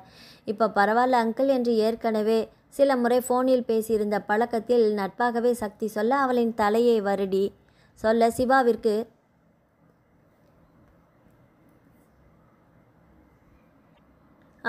அவள் தலையை வருடி சாரிம்மா, உனக்கு ரொம்ப கஷ்டம் கொடுத்துட்டான் என் மகன் என்று வருத்தம் தெரிவித்ததை பார்க்க இப்படி ஒரு மனிதருக்கு அப்படி ஒரு மகனா என்ற கேள்வி தோன்றியது. இந்த கேஸில் உங்கள் மனைவியே உள்ளே இழுக்க வேண்டாம் என்று ஏற்கனவே பிரசன்னகுமார் சார் சொல்லியிருந்தார். இப்போ அர்ஜுன் சாரும் எந்த புகாரும் கொடுக்கவில்லை. மேற்கொண்டு விசாரிக்காமல் இந்த கேஸை முடித்து விடலாமா என்று இருவரையும் மாறி மாறி பார்த்தபடி விசாரித்தார் காவல்துறை அலுவலகர். அவரவர் கவலை அவரவர்க்கு. சைலேஷின் அப்பா வந்து தன் மகனின் கையில் நரம்பு அறுப்பட்டதற்கு காரணம் என்று சக்தியின் மீது புகார் கொடுத்திருந்தால் நிலைமை எப்படி ஆகியிருக்குமோ. ஆனால் தன் மகனை பற்றி அறிந்தவர் என்பதால் அவர் ஒதுங்கிக் கொண்டார். பிரசன்னகுமாரின் பரிந்துரை இருந்ததாலும் ஏற்கனவே இந்த வழக்கு விசாரணையில் சிவகணேஷ் தனது புலன் விசாரணை அறிக்கையை கொடுத்து உதவியவன் என்பதாலுமே சக்தியின் தந்தை பெரிய தொலைக்காட்சி நிறுவன அதிபர் என்பதும் சேர்ந்து கொள்ள அந்த வழக்கு விசாரணையை முடிப்பதில் எந்த சிரமமும் இல்லை. எல்லாவற்றிற்கும் மேலாக சைலேஷ் உயிருக்கு ஆபத்தில்லை என்பதும் அவன் ஏற்கனவே கிரிமினல் வழக்கில் கைதாகி பெயிலில் வந்திருக்கிறான் என்பதும் சேர்ந்து கொள்ள சிவகணேஷின் வேண்டுகோளுக்கு அங்கே மறுப்பே எழவில்லை. சென்னைக்கு கிளம்ப வேண்டிய விஜய் தனக்காக பயணத்தை ரத்து செய்துவிட்டு மைசூருக்கு வந்து இருக்கிறான் என்பதை அறிந்து மனதை நெகிழ்த்த காவல்துறை கண்காணிப்பாளர் கிளம்பியதுமே எழுந்து சென்று நண்பனை அணைத்து கொண்டான். அவன் தோள் வழியே சக்தியை பார்த்து புன்னகையோடு பேசினான் விஜய். சக்தி, சிவாவை எனக்கு 7 ஆண்டுகளாக தெரியும். இதுவரைக்கும் தன் உணர்ச்சிகளை, அது சந்தோஷமோ துக்கமோ கோபமோ ஆதங்கமோ சலிப்போ எதுவாக இருந்தாலுமே அவன் வெளிப்படையாக காட்டி நான் பார்த்ததே இல்லை சக்தி. அப்பேற்பட்ட இரும்பு மனிதன் கண்ணீர் சிந்துகிறான் என்பதை அவன் குரலிலே நான் உணர்ந்தேன் சக்தி. கணவன் மனைவி என்றால் அந்யோன்யம் அன்பு இருக்குந்தான். ஆனால் 2 நாளில் இத்தனை மாற்றமா என்று அவன் பேச பேச வேகமாக விலகிய சிவகணேஷ் அவன் முதுகில் வேகமாக தட்டினான். விஜய், சக்திக்கு ரொம்ப பசிக்குதான், சாப்பிட ஏதாவது வாங்கிட்டு வா. வாயேன், இட்லி கிடைச்சா பரவாயில்லை என்றால் பிரெட்டு பால் மாதிரி வாங்கி வருகிறாயா என்று பேச்சை மாற்ற அவன் ஒரு கணம் வியப்பாக பார்த்தாலுமே மறுகணம் அவன் சொன்ன விஷயத்தில் கவனம் பதிய ஒப்புதலாக தலையசைத்துவிட்டு உடனே வெளியேறினான். என்ன, உங்கள் ஃப்ரெண்டை அவசரமாக வெளியே அனுப்புகிற மாதிரி இருக்குது. நான் எப்போ பசிக்குதுன்னு சொன்னேன் என்று அவனை துருவிய பார்வையுடன் கேலியாக பார்த்தாள் சக்தி. எல்லா விஷயத்தையும் நீ சொல்லி தான் புரிந்து கொள்ள வேண்டுமா? அதுக்கு அவசியமே இல்லை. சில விஷயங்கள் நீ சொல்லாமலேயே புரியும். பசிக்குது என்று நீ 3.5 மணி நேரம் முன்பாகவே சொல்லி நான் சோளம் வாங்கி வரப்போனேன், மறந்துவிட்டதா என்று கேலியுடன் அவன் திருப்ப அவள் முகம் சற்று முன்பு நடந்த சம்பவங்களின் தாக்கத்தால் லேசாக வாடியது. அவளின் வாடிய முகத்தை பார்த்ததும் அவசரமாக வந்து கட்டிலில் அமர்ந்தவன் அவளின் உச்சியை வருடியபடி, இப்போதான் பதிலுக்கு பதில் உடனே கொடுக்கும் என் பழைய சக்தி வந்துவிட்டாள் என்று சந்தோஷப்பட்டேன். அதுக்குள்ளே உம்முனானா எப்படியா என்று அனுசரணையாக சொன்னான். நான் நினைத்தது தான் சரி என்று சில விஷயங்களில் அடமண்ட்டாக இருந்திருக்கேன் சிவா. கொஞ்சம் நீக்கு போக்கா நடந்து கொண்டிருந்தால் இந்த சம்பவத்தை தவிர்த்திருக்கலாமோ என்று வருத்தமாக கேட்டாள். அப்படி இல்லை சக்தி, சில விஷயங்கள் நடந்தே தீரும். கடவுள் நம்பிக்கை இல்லாத நேரத்தில் கூட நம்மை மீறிய சக்தி ஒன்று இருக்குது என்பதை உணர்ந்தவன் நான். அது இப்படி இருந்தால் இது அப்படி இருந்தால் என்று கற்பனைக்கு இடமே இல்லை. நடப்பது எல்லாம் நன்மைக்கே என்று நினைத்து கொள்ள வேண்டியது தான்.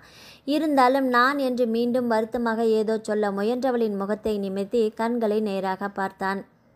கொள்கையில் உறுதியாக இருக்க வேண்டியது அவசியம்தான் சக்தி. அந்த உறுதி இல்லாவிட்டால் நாம் நினைக்கும் வெற்றி இலக்கை எப்படி அடைவதா? கண்டதை எண்ணி குழப்பிக் கொள்ளாமல் நீயாகவே இரு. என்னையும் என் தனித்தன்மையுடன் இருக்க விடு என்று உருகுவது மாதிரி இல்லாமலேயே தன் அக்கறையை காட்டினான் சிவா. இந்த இரும்பு மனிதன் இமேஜை தக்க வைத்து கொள்ள தான் விஜயை அவசரமாக டிஃபன் வாங்க வெளியே அனுப்புனீங்க போல என்ற சக்தியிடம் இயல்பு நிலை திரும்பியிருந்தது. என்ன அவன் செய்தான் என்று திரும்பி கேட்டவனுக்கு அவன் என்ன செய்தான் என்பது விஷயம் புரியாமலே இல்லை. நீங்கள் தான் எனக்கு இட்லி சாம்பார் இல்லாட்டி பிரெட் பால் வேண்டும் என்று ஃபோனில் சொல்லியிருக்கீங்களே, அதற்குத்தானே சென்னை பயணத்தையே ரத்து செய்துவிட்டு உயிர் நண்பனுக்கு டிஃபன் வாங்கி தர வந்து விட்டார் போல. என்ன நட்பு என்றவளின் கேலி புரிந்து அவன் முகத்திலும் இறுக்கம் தளர்ந்தது. நீ சிரித்தாலும் அது உண்மைதான் சக்தி. ஒரு பிரச்சனைனா தோள் கொடுப்பது தானே நண்பனின் வேலை. புரியுது சிவா. சாதாரணமான நண்பர்கள் முதல் நாள் பார்ட்டி என்று ட்ரிங்க் சாப்பிடுவதிலும் கல்யாண வீட்டிற்கு வரும் பெண்களை கமெண்ட் அடிப்பதிலும் தான் இருப்பாங்க. ஆனால் இவர் கல்யாண மண்டபத்தில் தன்னை பற்றி தப்பாக நினைத்தாலும் பரவாயில்லை என்று தடாலடியாக என்னிடமே வந்து உங்களை பற்றிய கமெண்ட் சொன்னாரே, அதிலேயே நட்பின் ஆழம் தெரிந்தது. ஆனால் நீங்கள் அவரை ஏதோ விஷயம் சொல்ல விடாமல் தடுத்து வெளியே அனுப்பினது போல இருக்குது. அதுதான் உண்மை. அது என்னவாக இருக்கும் என்று யோசித்தவளின் கண்களில் மின்னல் தோன்றியது. சிவா, நாம் எப்போ இங்கிருந்து கிளம்பலாம் என்று யோசனையோடு கேட்டாள். காலையில் ரத்த அழுத்தம் செக் பண்ணணும் என்று டாக்டர் சொன்னாரே, அப்பா 9 மணிக்கு வருவார். ஹாஸ்பிட்டல் ஆஃபீஸ் திறந்து டிஸ்சார்ஜ் சம்மரி தயார் பண்ணி 10 மணி ஆகும். ஏன் கேட்குற? எனக்கு ஹாஸ்பிட்டல் அட்மாஸ்பியர் ஒரு மாதிரியாக இருக்குது. நான் தான் பக்கத்துலேயே இருக்க போகிறேனே, அப்புறம் என்னவா? நாளைக்கு காலையில் கிளம்பிடலாம் சக்தி என்று அவளை தோளோடு சேர்த்து அணைத்து கொண்டான். நம்ம வண்டி எப்போ இங்கே வரும்? சென்னைக்கு நாளைக்கு கிளம்பிடலாமா? வண்டி பற்றி தெரியல சக்தி. அதுக்கு நம்ம பயணத்துக்கும் தொடர்பு படுத்த தேவையே இல்லை. ஆனால் ஹனிமூனை பாதியில் நிறுத்திட்டு சென்னைக்கு போக வேண்டாம் சக்தி. அதற்கு முன்னால் இன்னொரு இடம் போகணும் என்று திருப்பதி போவதை பற்றி சொல்லலாம் என்ற யோசனையில் ஆரம்பித்தான் சிவகணேஷ். எங்க சிவா, எனக்கு இதை நீ எப்படி எடுத்துக்கொள்வாய் என்று தெரியவில்லை சக்தி. நம்ம கல்யாணம் நடைபெற்ற தினம் மாலையில் தீநகர் திருப்பதி வெங்கடாஜலபதி கோயிலுக்கு போன போது அம்மா கமெண்ட் அடித்தது உனக்கு நினைவிருக்குதா? கல்யாணம் ஆனால் மனைவிக்காக கொள்கைகளை தூக்கி போட்டுட்டு கோயிலுக்கு வருவாங்கன்னு விஜய் வந்தனாவை ஒப்பிட்டு உங்களை கேலி பண்ணினாங்க. ஞாபகம் இருக்குது என்று சொன்னவளுக்கு அன்று அதே கோவிலில் தான் வேண்டிக் கொண்டதும் நினைவில் வர முகம் மாறியது. ஐயோ, அவள் என்ன மாதிரி ஒரு வேண்டுதலை இறைவனிடம் வைத்திருக்கிறாள். 2 நாளில் இப்படி உண்மையை உள்ளங்கை நெல்லிக்கனியாக காட்டிவிட்டாரே. குற்றம் புரிந்தவருக்கு தண்டனை என்பது வரை சரி. ஆனால் கல்யாண தினத்தன்று யாருமே வேண்டக்கூடாத ஒரு வேண்டுதலை அவள் இப்படி இறைவன் சன்னிதானத்தில் வைத்தாள்.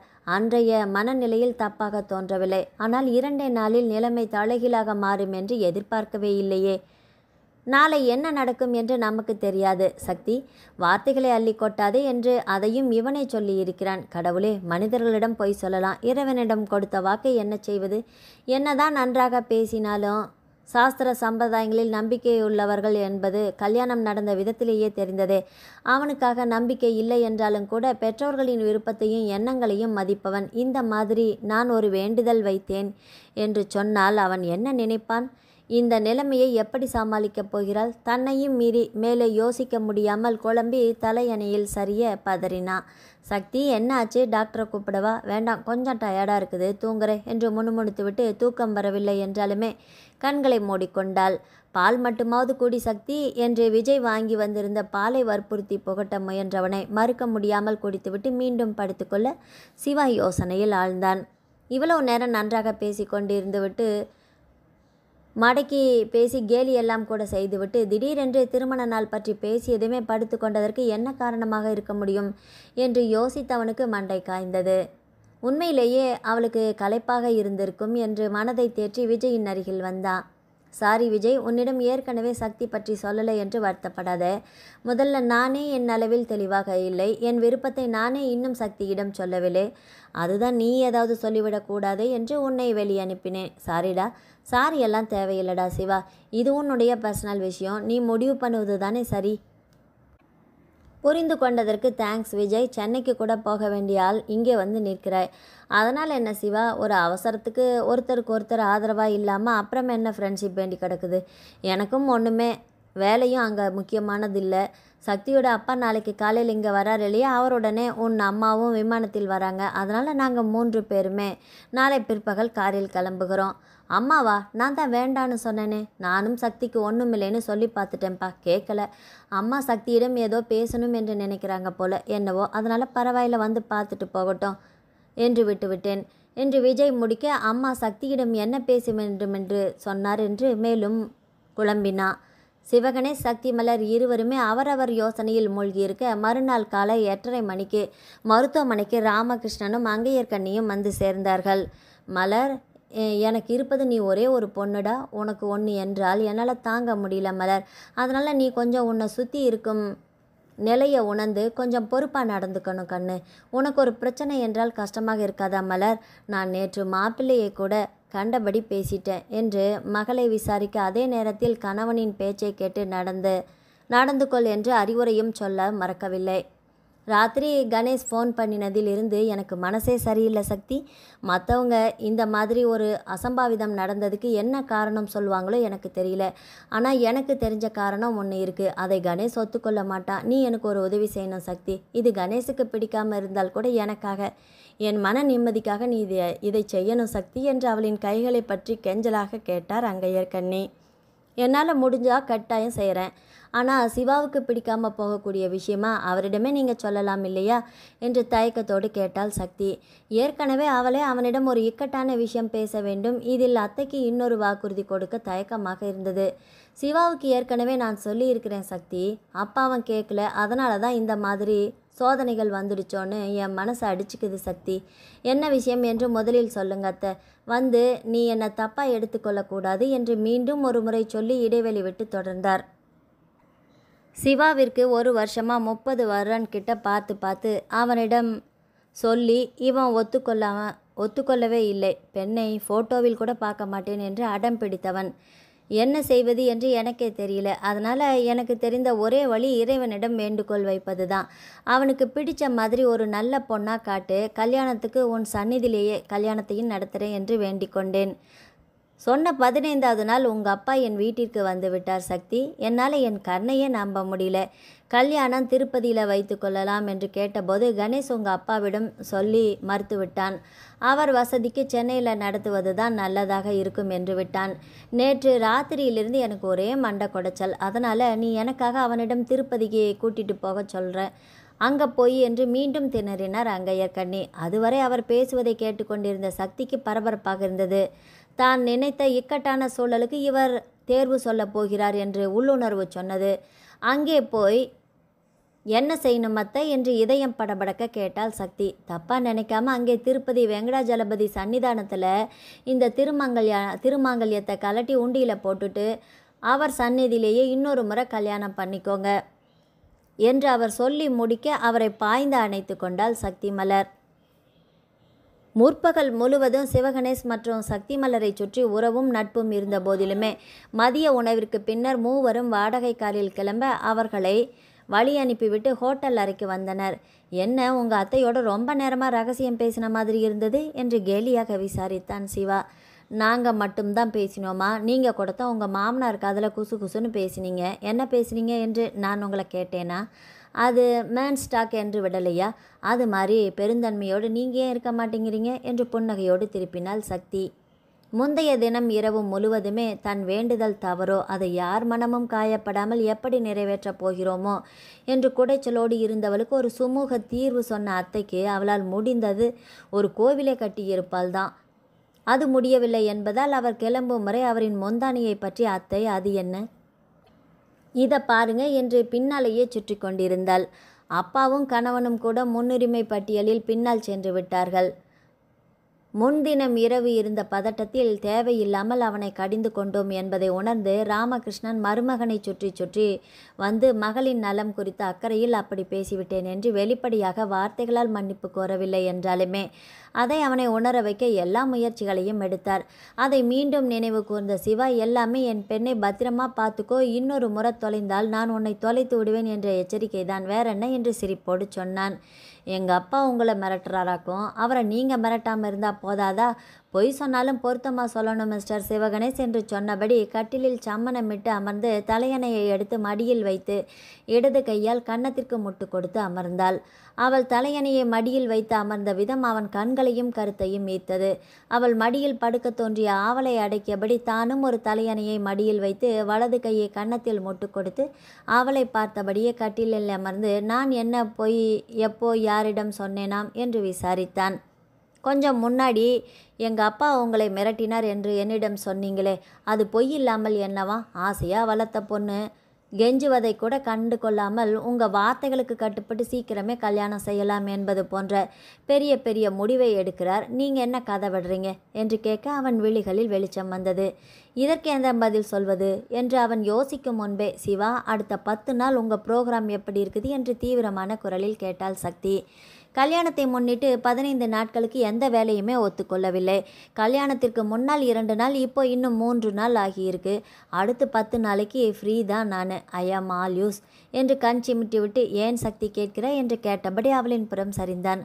ஒரு முக்கியமான வேலை, அவசரமும் கூட. எனக்கு 2 நாளில் அறிக்கை வேண்டும். நீ பரிந்துரை பண்ணினால் உனக்காக கட்டாயம் செய்யலாம் சக்தி. யாருக்கு என்ன விசாரிக்கணும்? என்ன அவசரம்? வேற யாருக்கும் இல்லை, அவசரம் எனக்கு தான் என்று சொல்லி அவளின் மேல் சரிந்து செல்லம் கொஞ்சி கொண்டு இருந்தவன் அதிர்ந்து அவசரமாக விலகினான். உனக்கா என்ன விசாரிக்கணும்? உங்களை பற்றி எதுவுமே சொல்ல மாட்டேங்கிறீங்க. உங்களுக்கு என்ன பிடிக்கும் பிடிக்காது என்று தெரிந்து கொள்ள எங்கள் அப்பா மாதிரி துப்பறியும் ஏஜெண்ட்டாக உங்களையே புக் பண்ணுறேன். விசாரணை அறிக்கை கொடுங்க, அதை படித்து தெரிந்து கொள்கிறேன் என்று அவள் சிரிக்காமல் சொல்ல அவன் விழுந்து விழுந்து சிரித்தான். ஒரு நிமிஷம் ஆடி போயிட்டேன் தெரியுமா? இப்படி சிரிக்காம காபடி பண்ணுகிறாய் உன்னை என்று செல்லமாக அதட்டியவன் அவளின் 2 கன்னங்களையும் கைகளால் பற்றி 2 புறமும் மாட்ட அவனின் கைகளை தட்டிவிட்டாள். சிரிக்காதீங்க. இதுவரைக்கும் கேட்ட கேள்வி எதுக்காவது ஒழுங்காக பதில் சொல்லி இருக்கிறீங்களா? எதை கேட்டாலுமே ஒரு சமாளிப்பிகேஷன், ஒரு எதிர்கேள்வி, ஒரு கேலி, கிண்டல், கமெண்ட்டு. தொழில் பக்தி உங்களுக்கு அதிகம் என்று எனக்கும் தெரியும். எனக்கு தகவல் வேண்டும், அதுவும் உடனே. அதனால தான் அப்படி சொன்னேன் என்று முகத்தை சீரியஸாக வைத்து கொண்டு அவள் சொல்ல அவளை நெருங்கி கன்னத்தை வருடினான். உன்னிடம் சொல்லக்கூடாத ரகசியம் என்று எதுவுமே என்னிடம் இல்லை சக்தி. உனக்கு என்ன தெரியணும்? உடனே கேளு, பதில் சொல்கிறேன். முகத்தை என்று வச்சுக்கொள்ளாமல் இப்படி சிரித்த மாதிரியே வச்சுக்கோ என்று அவளின் இதழ்களை இருபுறமும் இழுத்து சிரிக்க வைத்தான். இதில் ஒன்றும் குறைச்சலே இல்லை.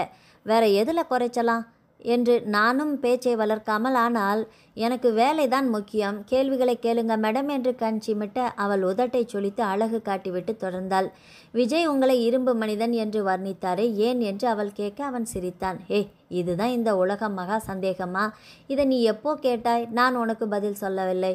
பார்த்தீங்களா, இதைத்தான் நான் சொன்னேன். இது சாதாரணமான கேள்வி. இதுக்கு கூட எதிர்கேள்வி தான் கேட்குறீங்களே தவிர பதில் சொல்கிறதில்ல. இந்த மாதிரி இந்த 3 நாளில் எத்தனையோ உதாரணம் சொல்லலாம். இதுதான் கேட்ட கேள்விக்கு பதில் சொல்லும் அழகா என்று எரிச்சலோடு அவன் தோலை பிடித்து தள்ளிவிட அவன் 2 கைகளையும் உயர்த்தினான். ஓகே, ஐ ஆம் சாரி, பதில் சொல்லிடுறேன். அவனை காலேஜில் 4 வருஷம், அதன் பிறகு 3 வருஷம் என்று 7 வருஷமாக தெரியும். காலேஜில் ஒவ்வொருத்தருக்கும் பட்டப்பேர் வைப்பதில்லை. அப்படி வைத்த பேர் தான் பெருசாக காரணம் என்று எதுவும் இருப்பது மாதிரி எனக்கும் தெரியல. சரியான கல்லூலி மங்கன். இன்னும் எனக்கு பதில் வரல. பட்டப்பேர் சும்மா வருமா? எதுகை மோனை போட்டு பேசினால், டிஆர் குழப்புற மாதிரி பேசினா, இந்த மாதிரி ஏதாவது காரணத்தினால பட்ட பேர் வைப்பாங்க. எந்த காரணத்தினால உங்களுக்கு அப்படி ஒரு பேர் வச்சாங்க? உங்களுக்கு தெரியாதா என்று கேட்க அவன் புன்னகைத்தான். இதோ என்னை பார்த்து பழகிய 2 நாளில் அழுத்தமாக இருப்பதை பார்த்துவிட்டு என்னை கல்லூலி மங்கன் என்று சொல்லவில்லையா? அதை போல அவனும் அப்படி கூப்பிட்டான். காரண பெயர் தான் சக்தி. வெற்றிகளை ஓஹோ என்று கொண்டாடுவதும் தோல்விகளுக்கு அறையில் சுருண்டு முடங்குவதுமே கிடையாது. அடுத்து என்ன என்ற யோசனையில் எப்போதுமே இருப்பேன். இப்போ பரவாயில்ல, கொஞ்சம் விஷயம் வெளியே வருது. அப்படி நீங்கள் ரொம்ப அடக்கி வாசித்த 2 வெற்றியும் அறையில் முடங்காத ஒரு தோல்வியும் சொல்லுங்க பார்க்கலாம் என்று கேலியாக கேட்டாள். நீ என்னை இன்டர்வியூ எடுக்கிற மாதிரியே கேட்குற? வாய் துடிக்குது, ஆனால் அதை கேட்டால் முணுகுவ. அதனால் அந்த வாக்கியத்தை மறந்துட்டு பதிலை மட்டும் மனசில் வச்சுக்கோ என்று சிரிக்க யூ என்று பல்லை கடித்து விட்டு அவன் தலையில் குட்டினாள். சட்டக்கல்லூரி இறுதியாண்டில் மாநில அளவில் நடைபெற்ற கிரிக்கெட் போட்டியில் எங்கள் டீம் ஜெயித்தது. அதில் ஆட்ட நாயகன் விருது கிடைச்சது. குடியரசு தின விழாவில் கவர்னர் மாளிகையில் விருந்து கௌரவிச்சாங்க. ஒரு வெற்றியாக கூட சொல்லலாம். குற்றப்பிரிவு புலனாய்வு பற்றிய டிப்ளமோவில் பல்கலைக்கழகத்தில் முதல் மாணவனாக தங்க மெடல் வாங்கினேன். அந்த ஃபோட்டோஸ் எல்லாமே வீட்டில் இருக்குது. அதை சொல்லலாம். ஏய் நிஜமாவா, நீங்கள் கிரிக்கெட் விளையாடுவீங்களா, பேட்டிங்கா பவுலிங்கா என்று பின்பாதியை கோட்டை விட்டு அவள் ஆர்வத்துடன் கேட்க, விக்கெட் கீப்பர் பேட்ஸ்மேன் என்று புன்னகையோடு அவன் சொல்ல அவள் முகம் வியப்பில் விழுந்தது. கீப்பிங்கா நீங்கள்? ஆனால் அப்ப என்று சில கணங்கள் தடுமாறியவள் தெளிந்தாள். வரும்போது கூட விஜய் லக்கேஜ் தூக்கி போட்டபோது எல்லாத்தையுமே சிறியது பெரியது என்று பேதமில்லாமல் கேட்ச் பிடித்தீங்களே, அப்போ கல்யாணத்தில் நலுங்கு வைக்கும்போது நீங்கள் வேண்டுமென்றே பூப்பந்தை பிடிக்காமல் விட்டிருக்க வேண்டும், கரெக்டா? பூப்பந்து மட்டுமில்லை சக்தி, மோதிரம் குடத்தில் தேடிய முதல் நிறைய விளையாட்டுகளிலே நான் உன்னோடு போட்டி போடவே இல்லையே, ஏன் என்று ஒற்றை சொல்லாக கேட்டவளின் குரல் கனிந்திருந்தது. முகம் கணவனின் விட்டு கொடுக்கும் உணர்வினை எண்ணி எண்ணி மனம் பூரித்தாள். உன் முகத்தில் எப்போதும் சந்தோஷத்தை மட்டுமே பார்க்கணும் என்ற ஆசைதான், வேறென்ன என்று அவளின் கனிந்த முகத்தை ரசனையோடு நோக்கி உல்லாசமாக சொன்னான். அதான் ஏன் என்று கேட்டேன். என் சந்தோஷத்தில் அப்படி என்ன உங்களுக்கு அக்கறையா?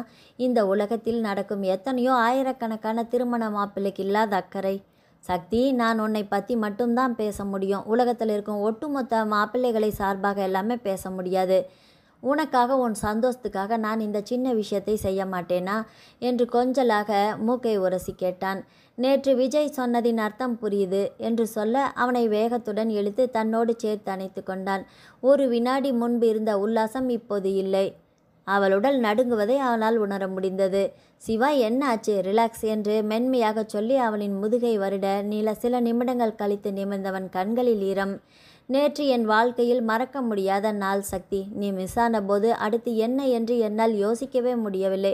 மூளை என்ற ஒன்று உறுப்பு இருப்பது போலவே என்னால் உணர முடியலை. அவனிடம் பேசிய பிறகுதான், அவன் என்னை சில நிமிடங்கள் உலுக்கிவிட்டு தேற்றிய பிறகுதான் என்னால் யோசிக்கவே முடிஞ்சது.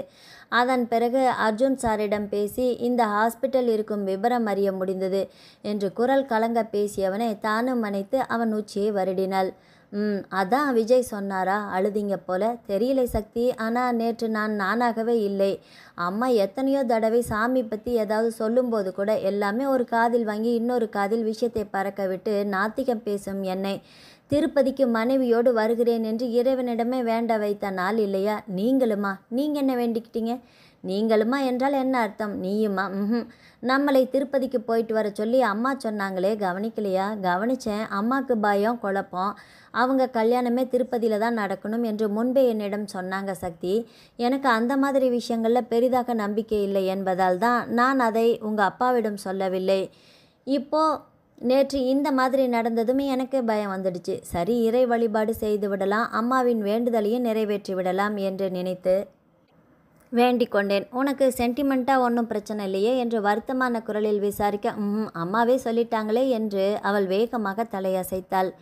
மேலே அவன் பதில் அதில் தர்ம சங்கடமாக ஏதாவது கேள்வி கேட்கும் முன்பு பேச்சை மாற்ற வேண்டும் என்ற வேகத்தில், இந்த கல்யாணத்தை சீக்கிரம் நடத்த வேண்டும் என்று நீங்கள் தான் அப்பாவிடம் கேட்டீங்களாமே, அப்படி என்ன அவசரம் என்று கேட்டாள். கல்யாணம் சீக்கிரம் வேண்டும் என்று நான் சொன்னேனா? அதை உன்னிடம் யார் சொன்னது? யார் சொன்னாங்க என்பதா முக்கியம். நீங்கள் எதிர்கேள்வி தான் கேட்குறீங்க. மறுக்கவில்லை என்றால் நான் சொன்ன விஷயம் சரி என்று தானே அர்த்தம் என்று மடக்க அவன் புன்னகையோடு தலையசைத்து தன் இடது கையை அவள் புறம் நீட்டினான். சிவா நீட்டிய கையில் தன் வலது கரத்தை வைத்து ஏன் என்று ஒற்றை சொல்லாக மீண்டும் கேட்டாள் சக்தி. இதுக்கான காரணத்தை இன்னுமா யூகிக்க முடியல என்று மென்மையான குரலில் விசாரித்தபடி அருகே இழுத்து தன்மேல் சாய்த்து நெற்றியில் புரண்ட குரல் கற்றைகளை ஒதுக்கினான். யூகித்து முடிந்தது, ஆனால் நம்பத்தான் முடியல என்று அவனை விட மென்மையான குரலில் தடுமாறி சொல்லிவிட்டு அவனிடமிருந்து விலகினாள். இங்கேயே இருந்து பேசலாம் சக்தி, ஏன் நம்ப முடியவில்லை என்று கேட்டபடியே மீண்டும் அவளை தன் அருகே இழுத்தான். சிவா, யூகங்களின் அடிப்படையில் இல்லாமலும் தெளிவாக பேசணும் இல்லையா? அது வரைக்கும் நான் இங்கேயே இருக்கிறேன். நீங்கள் நேரடியாகவே பதில் சொல்லுங்கள். எங்கள் அப்பாவிடம் நீங்கள் கல்யாணத்தை உடனே வச்சுக்கணும் என்று கேட்கலாமே, ஏன் கேட்டிங்களாமே, ஏன் என்று அவள் தன் கேள்வியில் உறுதியாக நிற்க அவன் சில கணங்கள் அமைதியாக இருந்தான். சைலேசால உனக்கு ஏதாவது ஆபத்து வரலாம் என்று எதிர்பார்த்தேன். உன்னை அருகிலிருந்து உரிமையோடு காப்பாற்ற வேண்டும் என்று எதிர்பார்த்தேன். ஒரு பெருமூச்சை வெளியேற்றி சிவா விளக்கம் சொல்லும் போதே இடையிட்டாள். என் பாதுகாப்பை உறுதி செய்வது தான் உங்களின் நோக்கம் என்றால் அதை உங்கள் அப்பா வீட்டில் நான் இருக்கும்போதே ஒரு எங்கள் அப்பா வீட்டில் நான் இருக்கும்போதே ஒரு செக்யூரிட்டி கார்டு செய்ய முடியும். அதுக்கு காரணம் கல்யாணம் தேவையில்லையே சிவா. என்னை கொஞ்சம் முழுசாக பேச விடுகிறாயா? உரிமையோடு அருகில் இருந்து காப்பாற்ற வேண்டும் என்றால் என்ன அர்த்தம்? செக்யூரிட்டி கார்டுக்கு இந்த வாசகத்திற்கும் நிறைய வித்தியாசம் இருக்குதுல்ல சக்தி. இதுக்கு பதில் சொல்லு. லவ் மேரேஜ் பற்றி நீ என்ன நினைக்கிறாய்? 20 வருடங்கள் நம்மை எடுத்து வளர்த்து ஆளாக்கிய பெற்றோருக்கு தெரியாமல் வரும் காதலில் எனக்கு உடன்பாடில்லை. அவர்களுக்கு தெரியாத எந்த விஷயத்தையும் 10 நாள் பார்த்து பழக்கும் ஒருவர் சொல்லிவிட முடியாது. ஏன் கேட்குறீங்க? என் முடிவு சரிதானா என்பதை மீண்டும் ஒரு முறை உறுதிப்படுத்தி கொள்ள கேட்டேன். உன்னுடைய இந்த மனநிலையை நான் யூகித்தேன். அதனால்தான் நம் கல்யாணத்தை லவ் மேரேஜாக கொண்டு போக எனக்கு இஷ்டமில்லை. எனக்கு நீ வேண்டும், அதுவும் உடனடியாக. அதனால் உங்கள் அப்பாவிடம் பேசினேன். எந்த காலத்தில் இருக்கிறீங்க சிவா நீங்கள்? கல்யாணம் பண்ணிக்க போகும் பெண்ணின் சம்மதம் முக்கியம் இல்லையா? அவளுடைய தந்தையின் சம்மதம் போதும் என்று நினைக்கிறீங்களா? நான் என் தந்தைக்கு மரியாதை கொடுத்து அவர் வாக்கை காப்பாற்ற வேண்டும் என்று நினைப்பது என் கடமை உணர்வை காட்டுது. உங்கள் அப்பாவுக்கு இருக்கும் உரிமை மாதிரியே கணவன் என்று எனக்குமே இருக்கும். உங்களை நான் மணந்து கொண்டதால் உங்களுக்கும் சில உரிமைகள் இருப்பதை நான் மறுக்கவில்லை தான். அதனால தான் எனக்கு பிடிக்கவில்லை என்றாலுமே சில விஷயங்களுக்கு சம்மதித்தேன். அதில் இந்த தேனிலவும் அடக்கம். அது உங்களுக்கே தெரியும். ஆனால் ஒரு பெண்ணாக, தனி மனுஷியாக என்னை மனம் செய்து கொள்ளும் ஒருவன் என்னிடம் சம்மதம் கேட்க வேண்டும் என்று நான் எதிர்பார்த்தது எந்த விதத்தில் தப்பு சிவா என்று கேட்க, அவளின் கேள்விக்கு உடனடியாக ஒரு திருப்தியான பதிலை சொல்ல முடியாமல் திகைத்து நின்றான் சிவகணேஷ். என்னை திருமணம் செய்து கொள்ளப் போகும் ஒருவன் என்னிடம் ஏன் சம்மதம் குறித்து கேட்க வேண்டும் என்று நான் எதிர்பார்ப்பில் என்ன தவறு என்று ஆணித்தரமான குரலில் முகத்திற்கு நேராக கேட்ட சக்தி மலரின் கேள்வியில் ஒரு கணம் ஆடிப்போனான் சிவகணேஷ். அவள் கேள்வியில் தப்பில்லையே, அவளின் எதிர்பார்ப்பும் நியாயமே. ஆனால் கேட்டிருந்தால், ஒருவேளை மறுப்பான பதில் வந்துவிட்டால் என்ன செய்வது என்ற பயத்தினால் தான் அவளிடம் கேட்கவில்லை என்று சொல்ல சங்கடமாக இருந்தது. உண்மை அதுதான். இப்போது வேறு வழி இல்லை. இனி மறைக்க வேண்டிய அவசியமும் இல்லை. சொல்லிவிட வேண்டியதுதான். சில கணங்கள் நீண்ட சங்கடமான அமைதிக்கு பிறகு ஒரு பெருமூச்சை வெளியிட்டு நிமிர்ந்தான் சிவா. உன்னுடைய எதிர்பார்ப்பிலோ கேள்வியிலோ தப்பில்லை சக்தி. ஆனால் அடுத்தவர் நிலையில் இருந்து பார்த்தால் என்று சொல்வாங்க.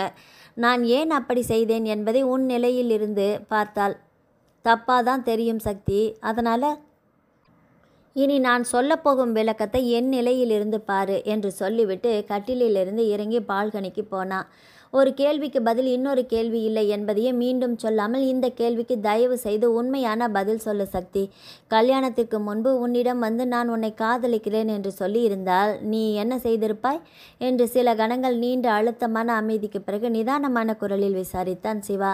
கல்யாணத்துக்கு முன்னால், அதுவும் சைலேஷை நான் அறிமுகப்படுத்தி அப்பா அந்த முடிவை எடுத்த பின்பு காதல் என்ற வார்த்தையை கேட்டாலே எரிச்சலாக இருக்கும் என்பதோடு இப்படி இவன் வளைத்து வளைத்து பேசுவதும் எரிச்சலை கூட்ட புல்சீட் என்று கடுப்போடு சொன்னாள் சக்தி. இந்த பதிலை நான் எதிர்பார்த்தேன் சக்தி. அதனால தான் நான் உன்னிடம் வரவில்லை. உன்னிடம் கேட்டு நீ மறுத்த பின்பு உன்னை கட்டாயப்படுத்தி கல்யாணம் பண்ணி கொள்வதை காட்டிலும் நீ என்னை விரும்பவில்லை என்றாலுமே வெறுக்கவில்லை என்ற அடிப்படையில் கல்யாணத்தை முடிக்கலாம் என்று தான் நான் உன்னிடம் வரவில்லை சக்தி. உன் பார்வையில் பார்த்தால் நான் திமிராக முடிவெடுத்ததைப் போல தோன்றியிருக்கலாம் தான். ஆனால் உண்மையில் அப்படி இல்லை. நான் உள்ளுக்குள் பயந்து கொண்டே இருந்தேன். பயமா உங்களுக்கா? இதை என்ன நம்ப சொல்கிறீங்களா? நீ நம்பினாலும் நம்பாவிட்டாலும் உண்மை அதுதானே சக்தி. உன்னிடமிருந்து ஒவ்வொரு நாளுமே ஃபோன் வந்துவிடக்கூடாதே என்று நான் நினைத்தேன். வாட்? ஃபோன் வரக்கூடாது என்று நினைத்தீர்களா? எஸ் சக்தி. நீ என்னிடம் நேரிலோ ஃபோனிலோ எங்கள் அப்பாவை என்னால் எதிர்த்து பேச முடியாது. அதனால் நீங்களே இந்த கல்யாணத்தை நிறுத்தி விடுங்க என்று கோரிக்கையை வைத்துவிடக்கூடாது என்று ஒவ்வொரு நொடியும் பயத்துடன் நினைத்தேன். நீ கேட்ட பிறகு உன் கோரிக்கையை மறுக்க முடியாது. அதனால் அந்த கோரிக்கையே வராமல் இருக்க வேண்டும் என்று நினைத்தேன். அதனால்தான் திருப்பதியில் கல்யாணம் என்று அம்மா சொன்னதை கூட கண்டு கொள்ளவில்லை. நம்புவதும் நம்பாததும் உன் இஷ்டம். என்ன பேசுகிறீங்க சிவா? கல்யாணம் என்பது ஒரு நாள் கூத்தா? வாழும் காலம் முழுவதுமே உங்கள் கூட உங்கள் வீட்டில் நான் இருக்க வேண்டிய வாழ்நாள் பந்தம் இல்லையா? இஷ்டமில்லாத பெண்ணை கல்யாணம் பண்ணிக்கொண்டு எப்படி சந்தோஷமாக குடும்பம் நடத்த முடியும் என்று யோசிக்கவில்லையா? உங்கள் வீட்டில் நான் சரியாக நடந்து கொள்ளவில்லை என்றாலோ, உங்கள் வீட்டில் உள்ளவர்களை மரியாதையை குறைவாக நடத்தினாலோ என்ன ஆகும் என்ற பயம் வரவில்லையா என்று வியப்புடன் கேட்டாள். இல்லை என்று அழுத்தம் திருத்தமாக நம்பிக்கையுடன் சொன்னவனை மேலும் வியப்புடன் பார்த்தாள். இவனுக்கு தன் மீது இவ்வளவு நம்பிக்கை எப்படி வந்தது? என்ன அப்படி பார்க்கிறாய்? நம்ப முடியவில்லையா? ஒரு படித்த பணக்கார பெண் அப்பாவின் வார்த்தைகளுக்கு கட்டுப்பட்டு முன்பின் பார்க்காத பேசாத ஒருவனை மணக்க சம்மதிக்கிறாள் என்றால் அவள் எப்படி என் வீட்டில் இருக்கும் பெரியவர்களை மரியாதை குறைவாக நடத்த முடியும்? அப்படி எல்லாமே உன்னால் நடந்து கொள்ள முடியாது என்று எனக்கு தெரியும் சக்தி. இது உங்களின் ஓவர் நம்பிக்கையை தான் காட்டுகிறது சிவா. அன்பை காட்டுவது மாதிரி எனக்கு தெரியல.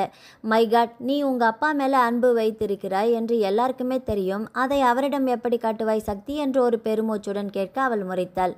இது என்ன சம்பந்தமில்லாத கேள்வி? சம்பந்தம் இருக்கும் கேள்விதான், பதில் சொல்லு. 2 பேரும் சேர்த்து டின்னர் போனால் எனக்கு பிடிக்கலை என்றாலுமே அவருக்கு பிடித்த உணவு ஆர்டர் பண்ணுவது, ஏதாவது வெற்றிகள் வரும்போது முதல் ஆளாக நின்று வாழ்த்து சொல்வது, சின்ன சின்ன பரிசுகள் கொடுப்பது, சந்தோஷமான விஷயமோ துக்கமான விஷயமோ நடக்கும்போது என்னுடைய ஆசைகளை அவரிடம் முதலில் பகிர்ந்து கொள்வது, இந்த மாதிரி காட்டுவேன். நீ சொன்னது எல்லாமே இயல்பான செயல்பாடுகள். இப்போது நீ என் மனைவி. திருமணமாகி 2 நாட்கள் முடிந்திருக்கிறது. இதற்கு முன்பு நான் உன்னிடம் பேசியதில்லை. அதனால் என் விருப்பு வெறுப்புகள் உனக்கு தெரியாது. என் அம்மாவிடம் ஃபோன் போட்டு எனக்கு பிடிக்காத உணவுப் பொருட்கள் என்ன என்று கேளேன். இது எதுக்கு சிவா? இந்த கேள்விக்கு நேரடியாக பதில் சொல்வது என்பது உங்கள் அகராதியிலேயே கிடையாதா? நேரடியான பதில் என்றால் இதற்கு ஒரே வாக்கியம்தான் சொல்ல வேண்டும். எனக்கு உன்னை பிடித்திருக்கிறது, அவ்வளவுதான். இதை மட்டும் நான் சொன்னால் உன் சந்தேகங்கள் தீர்ந்து விடுமா சக்தி? தீராது. எனக்கு தெரியும். இதை நான் ஏற்கனவே உன்னிடம் பல தடவை நேரடியாகவோ மறைமுகமாகவோ சொல்லியிருக்கிறேன். அதன் பின்னும் நீ இந்த கேள்வி கேட்கிறாய் என்றால் என்ன அர்த்தம் என்று வேகமாக கேட்க அவள் திகைத்தாள். வார்த்தைகளால் சொல்வது அல்ல சக்தி, காதல் மனதால் உணர வேண்டும். என் அன்பை நீ இன்னும் உணரவில்லை. அதை உணர்த்த நான் முயற்சி செய்கிறேன். அம்மாவிடம் ஃபோன் பண்ணி கேளு என்று அவளின் திகைத்த முகம் கண்டு குரலை தனித்து கனிவாக சொன்னான் சிவா. அந்த குரலை மறுத்து பேச முடியாமல் அங்கையர்கண்ணியை அழைத்தாள் சக்தி. என்ன சக்தி, கிளம்பி 1/2 மணி நேரம் கூட ஆகல, அதுக்குள்ளே ஃபோன் பண்ணிட்ட என்று கனிவுடன் விசாரித்தார். சும்மா உங்களிடம் பேசலாம் என்று தான் ஃபோன் போட்டேன் என்று சமாளித்தவள் அவசரமாக யோசித்தாள். இவன் சொன்னான் என்று உடனே அழைத்து விட்டாலே, என்ன பேச வேண்டும், எப்படி கேட்க வேண்டும் என்று யோசிக்க வேண்டாமா? என்ன சக்தி, திருப்பதி போகிறதுக்கு அவன் ஏதாவது சொன்னானா? அதெல்லாம் ஒன்றும் சொல்லவில்லை. அவர் சிவா தூங்கிட்டு இருக்கிறாரு, எனக்கு தூக்கம் வரல, அதுதான். நான் தான் அவருக்கு என்ன பிடிக்கும் பிடிக்காது என்று சும்மா உங்களிடம் கேட்டு தெரிந்து கொள்ள ஃபோன் பண்ணினேன் என்று நிதானமான குரலிலேயே சமாளிக்க அவர் சந்தோஷப்பட்டார். 2 நாளிலேயே அவனுக்கு சர்ப்ரைஸாக சமைச்சு அசத்தணும் என்று அவனிடம் கேட்காமல் என்னிடம் கேட்கிறாயா? நீ தான் சூப்பர் மருமகள். முன்னாடி எல்லாமே ஹோட்டலில் சாப்பிட மாட்டான். அங்கே போனாலும் குழிப்பணியாரம், ஆப்பம், அடை என்று ஹோம்லி ஃபுட் ஆர்டர் பண்ணுவான். இப்போ ஐயா ஸ்டைலே மாறிட்டார். ஃப்ரைட் ரைஸு உப்பு சப்பில்லாமல் மண்ணு மாதிரி இருக்குது, தொண்டையை அடைக்குது என்று கதை சொன்னவன் நேற்று அதை சாப்பிட்டானாமே. என்னால் நம்பவே முடியல. அவனுக்கு என்ன பிடிக்கும் என்பதையும் அதை எப்படி செய்கிறது என்பதையும் நீ சென்னைக்கு வந்த பிறகு சொல்லித்தரேன். இப்போவே அதையெல்லாம் போட்டு குழப்பிக்கொள்ளாத. ஜாலியாக 10 நாளும் என்ஜாய் பண்ணிட்டு வாங்க, மெல்ல கற்றுக்கொள்ளலாம் என்று உற்சாகமாக பேசினார். அங்கையர்கண்ணியின் பேச்சில் முக்கிய சாராம்சம் அவன் ஃப்ரைட் ரைஸ் முன்பு சாப்பிடுவதில்லை, நேற்று சாப்பிட்டது தனக்காக. இதைத்தான் அவன் சொல்ல முயன்றிருக்க வேண்டும். இதை நான் இந்த கேள்வி கேட்டால் இந்த பதில் சொல்லணும் என்று தயார் பண்ணி வைத்த பதில் மாதிரி தெரியவில்லை. அவர் என்ன சொன்னார் என்று விசாரிக்காமலேயே தன்னுடைய மொபைலை எடுத்து என்னுடைய மொபைலை நான் பாஸ்வேர்ட் போட்டு லாக் பண்ணியிருக்கிறேன், ஓப்பன் பண்ணிப்பார் என்று அவளிடம் நீட்டினான். என்ன பாஸ்வேர்டு என்று கேள்வி அனிச்சையாக எழுந்த பின்பு நாக்கை கடித்து கொண்டாள். தனக்கும் அதற்கும் ஏதோ சம்பந்தம் இருக்க வேண்டும், அதனால் தானே ஒன்றும் சொல்லாமல் நீட்டுகிறான். இதை கூட புரிந்து கொள்ள முடியாத முட்டாளா சக்தி நீ என்று தன்னைத்தானே கடிந்து கொண்டாள். நீயே முயற்சி பண்ணிப்பாரு. ஒவ்வொரு விஷயத்துக்குமே இது இப்படி, அதற்கு அது அப்படி, இதுதான் அர்த்தம் என்று சொல்வது எனக்கு பிடிக்கவில்லை சக்தி என்று சுருக்கமாக முடித்தவன் இன்டர்காமில் ஏலக்காய் டீயும் சாக்லேட் கேக்கும் கொண்டு வர சொல்ல அவளின் கண்கள் கை கடிகாரத்தை பார்த்து மணி 3:30. நேற்று கராஞ்சி ஏரியில் சரியாக 3:30க்கு டீ வாங்கி தந்தா. அவளுக்கு 2 மணிக்கு முறை 1/2 கப் தேநீர் அருந்த வேண்டும். இல்லாவிட்டால் தலை வலிக்கிற மாதிரி தோன்றும். நேரம் குறித்து நடந்து கொள்கிறான். அவனை குற்றம் சொல்லி நான் விசாரணை நடத்தி கொண்டிருக்கும் இந்த நேரத்திலும் தன் தேவைகளை கவனிக்கிறான். ஆனால் அவனுக்கு என்ன உணவு பிடிக்கும், என்ன எண்ணம் பிடிக்கும் என்ன வண்ணம் பிடிக்கும்? தொலைக்காட்சியில் எதை பார்ப்பான்? சினிமாவா, நாடகமா, விளையாட்டா, கேம் ஷோவா? எதுவுமே தெரியாது. தெரிந்து கொள்ள நான் எந்த முயற்சியும் எடுத்துக்கொள்ளவில்லை. இந்த பாஸ்வேர்டை அவன் சொல்லாமலேயே கண்டுபிடிக்க வேண்டும். நிச்சயம் தன்னை தொடர்புபடுத்தி ஏதோ வைத்திருப்பான் என்பதில் சந்தேகமில்லை. அவசரமாக தன் பெயர், தன் பிறந்த நாள், திருமண தேதி, தன் படிப்பு, வாகன பதிவு எண் என்று முயற்சி செய்தவள் கடைசியாக சிவசக்தி என்று அடிக்க மொபைல் ஃபோனின் திரை விலகி தன் வண்ண முகம் காட்டியது. எஸ், ஐ காட் இட் என்று தன் வலது கையால் வயிற்றில் குத்தி அவளின் முகம் வினாடியில் சந்தோஷத்திலிருந்து வியப்புக்கு மாறியது. அதில் இருந்தது சிவாவின் கன்னத்தை வருடியபடி இருக்கும் தான். சிவா, இந்த ஸ்க்ரீன் சேவரில் இருக்கும் ஃபோட்டோ நம்ம கல்யாணத்தில் எடுத்ததா என்று, இந்த ஃபோட்டோ எப்போது எங்கே எடுக்கப்பட்டது என்பதை கண்டுபிடிக்க இயலாமல் ஆச்சரியமாக கேட்டாள். இல்லை என்று அவன் சுருக்கமாக முடிக்க அவள் முறைத்தாள். சு அப்பா, உங்களிடமிருந்து ஒரு விஷயம் வாங்குவதற்குள்ளே நான் படும் பாடு இருக்கே, என்னால் முடியலப்பா என்று சலித்துக்கொள்ள அவன் சிரித்தான். மொபைல் ஃபோனின் பாஸ்வேர்டை கண்டுபிடிக்க அவள் முயன்ற விதமும், கண்டுபிடித்த பின் அவள் துள்ளி குதித்ததும், அடுத்த வினாடியே அவர்களின் ஃபோட்டோவை பார்த்ததும் திகைப்படைந்ததும் என்று அவளின் ஒவ்வொரு அசைவையும் இமைக்காமல் கண்டு ரசித்தான் சிவா. அவள் அருகே வந்து அமர்ந்தவன், ரொம்ப சலித்து கொள்ளாதே சக்தி, இது ஒரு சுவாரஸ்யமான விளையாட்டு என்று எடுத்து ஒவ்வொரு புதிரையும் அவிழ்க்க முயற்சி பண்ணு. அழகழகான விடைகள் கிடைப்பதோடு சந்தோஷமாகவும் இருக்கும் என்று சொல்லி அவளின் நெற்றியில் தன் நெற்றியை வைத்து லேசாக முட்டிவிட்டு ரகசிய குரலில் பாடினான். நல்லா தான் பாடுறீங்க. இந்த ஃபோட்டோ எங்கே, எப்போது எடுத்திருப்பீங்க என்று தனக்குள்ளேயே சத்தமாக சொன்னபடி மீண்டும் அந்த ஃபோட்டோவை ஜூம் பண்ணி பார்த்தாள். முன்பு முகம் மட்டும் கண்ணில் பட்டது. ஜூம் அவுட் பண்ண காட்சியும் தெரிந்தது. அவன் ஹாஃப் ஒயிட் டிசைனர் சேலையில், அவள் நீல குர்தாவில் இருந்தான். கல்யாணத்தின் போது பட்டு வேஷ்டி சட்டையிலும் தான் மெரூன் பட்டு புடவையிலும் இருந்தோமே, கல்யாணத்தில் எடுக்கவில்லை இது. இதற்கு முன்னால் தான் இவனை பார்த்திருக்கிறோமோ? இவ்வளவு நெருக்கமாக கன்னத்தை வருடும் போஸில் படம் பிடித்த பின்பு அது நினைவில் நில்லாமல் இருப்பது எப்படி சாத்தியமா? ஏற்கனவே தனக்கு 11 வயதில் தண்ணியில் கண்டம் என்று நேற்று ஜோசியம் சொன்னானே, அதுதானா இது? யுகம் யுகமாக ஆன மாதிரி இருக்கிறதே அந்த விஷயம். எப்படி அவனுக்கு தெரிந்ததோ? சிவா, நாம் ஏற்கனவே கல்யாணத்துக்கு முன்பே சந்தித்திருக்கிறோமா என்று தயக்கத்துடன் கேட்டாள் சக்தி. நேருக்கு நேர் முகம் பார்த்து தனியாக சந்திக்கவில்லை சக்தி, ஆனால் பொது இடத்தில் சந்தித்திருக்கிறோம். இதில் இருந்து நான் என்னத்தை கண்டுபிடிக்கிறதா என்று வேடிக்கை பார்ப்பதற்கு நீங்கள் ஏதாவது க்ளூவாவது கொடுக்கலாம் இல்லையா என்று ஆதங்கத்துடன் அவள் சொல்ல, அவன் அவளின் இடது தோளில் முகம் பதித்து நெற்றியின் பக்கவாட்டில் முட்டினான். க்ளூ என்ன க்ளூ? நேரடியாக விஷயத்தை சொல்லிவிடலாமே சக்தி. ஆனால் துப்பறிவதை தொழிலாக கொண்ட ஒருவனின் மனைவி நீ பிரமாதமாக கண்டுபிடிக்க வேண்டாமா? நீ ரொம்ப புத்திசாலி என்று தான் நினைக்கிறேன் நான். எல்லாமே ஸ்பூன் ஃபீடிங்காக இருக்க வேண்டாமே சக்தி. நிறைய விஷயம் அந்த ஃபோட்டோவிலேயே இருக்குதே. உடையை பாரு. போதும், நீங்கள் ஒன்றும் சொல்ல வேண்டாம், நானே கண்டுபிடிச்சிக்கிறேன் என்று அதட்டியவள் அவசரமாக யோசித்தாள். இந்த உடையை எப்போ அணிந்தாய் என்று யோசி. இந்த ஒயிட் சாரி தான் வாங்கவில்லை. சுசிலா அத்தை அவங்க பையன் வெங்கட் கல்யாணத்திற்கு எடுத்து தந்தது. அந்த கல்யாணத்திற்கு கூட தான் போகவில்லை. ஒரு வாரம் கழித்து சுசிலா அத்தை நேரில் வந்து ஏன் கல்யாணத்திற்கு வரவில்லை, ஒரு மண்டலம் அர்ச்சனை செய்துவிட்டு கொடுத்தார். டிவியின் 1ஆம் ஆண்டு விழா வேலை இருந்தது அத்தை என்று தானும் அப்பாவும் சொன்ன சமாதானம் எடுபடவே இல்லை. உங்கள் அப்பாவுக்குத்தான் வேலை, சம்பாத்தியம், இதுவே முக்கியம் என்று ஆயிடுச்சு. நீயாவது எங்கள் வீட்டுக்கெல்லாம் வரப்போக இருப்பாய் என்று நினைத்தேனே என்று விடாமல் புலம்பியதும், அன்றைய விழாவிற்கு அதை கட்டி போகச் சொல்லி வற்புறுத்தியதும் கூட விழாவிற்கு வந்து சிறப்பித்ததும் நினைவிலாடியது. சிவா, கண்டுபிடிச்சிட்டேன், இது எங்கள் டிவி 1ஆம் ஆண்டு விழாவில் எடுத்தது, கரெக்டா என்று கேட்டுக்கொண்டே அவனை தாவி அணைத்து அவன் கன்னத்தில் அழுத்தமாக முத்தமிட்டாள் சக்தி. அந்த புகைப்படம் எடுத்த இடத்தை சக்தி கண்டுபிடித்து விடுவாள் என்ற நம்பிக்கை சிவாவிற்கு 100% இருந்த போதிலும் அப்ப உற்சாகத்துடன் வந்து தன் கன்னத்தில் முத்தமிட்டதில் ஒரு வினாடி சுற்றுப்புற மறந்து உறைந்து போனான். அவளுடைய நடவடிக்கையை அவன் 1% கூட எதிர்பார்க்கவில்லை. நெற்றியில், கன்னத்தில், இதழில் என்று சில முறைதான் அவளை முத்தமிட்டு இருந்தாலுமே அவளாக தன்னை நெருங்குவதும் முத்திரை பதிப்பதும் இதுவே முதல் முறை. அதை அவள் உணர்ந்தாளா? அவள் கொடுத்ததை 1க்கு 10ஆக திருப்பி தர வேண்டும் என்ற ஆவல் பெருக அவளை இழுத்து அணைத்தவன் நெற்றி, கன்னம், கழுத்து என்று வரிசையாக முத்திரைகளை பதிக்க துவங்கினான். சிவா, என்ன இது என்று வலுவில்லாத குரலில் லேசாக மறுப்பை தெரித்து வித்தவளும் கிறங்கி அவன் தோளில் துவண்டு சரிய அவனின் வேகம் கூடி பல வினாடிகளுக்கு பிறகு அவன் இதழ்களின் இயக்கம் நின்று அவளை அணைத்து கொண்டான். அந்த விழாவில் தான் என்னை முதலில் பார்த்தீங்களா சிவா என்ற அந்த மயக்கம் விலகாமலேயே விசாரித்த சக்தியின் நெற்றியில் ஒரு முத்தம் பதித்து, இல்லை 2வது முறை என்று புன்னகையோடு சொன்னா. ஓ, அப்போ சைலேஷை பற்றி விசாரிக்க சொல்லி அப்பா உங்களை பார்க்க வரும் முன்பே உங்களுக்கும் அப்பாவிற்கும் பழக்கம் உண்டா? ஆண்டு விழாவுக்கு வந்திருக்கீங்களே என்று உற்சாகமாக விசாரித்தாள் சக்தி. எனக்கு அழைப்பு வரவில்லை, அந்த அளவுக்கு என்னை உங்கள் அப்பாவிற்கு அப்போது தெரியாது, பிறகு தெரிந்து கொண்டார் என்று தடுமாற்றத்துடன் ஆரம்பித்தவன் வாக்கியம் முடியும் போது வழக்கமான அமர்த்தல் வந்து சேர்ந்திருந்தது.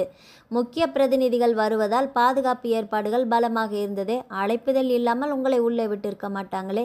நான் எப்படி அங்கே விழாவிற்கு வந்தேன் என்பது தெரியணுமா, இல்லை இந்த ஃபோட்டோவில் நீயும் நானும் எப்படி வந்தோம் என்பது முக்கியமா என்று சின்ன சிரிப்போடு விசாரித்தான்.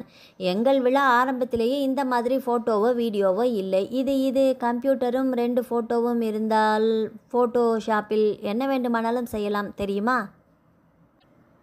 ஃபோட்டோஷாப்பில் செய்ய வேண்டிய அவசியம் எனக்கு இல்லை சக்தி. இந்த வீடியோவை எடிட் செய்வதற்கு முன்னால் எனக்கு வேண்டும் என்று உங்கள் வீடியோகிராஃபரிடம் வாங்கி பார்த்து நான் இதை எடுத்தேன் என்று இழுத்து நிறுத்தி அவன் கேள்வியாக பார்த்தாள். நாங்கள் வேலைக்கு அமர்த்திய ஒரு நபர் எங்களிடம் வீடியோவை தருவதற்கு முன்னால் உங்களிடம் தருவது என்றால் இதென்ன அநியாயம்?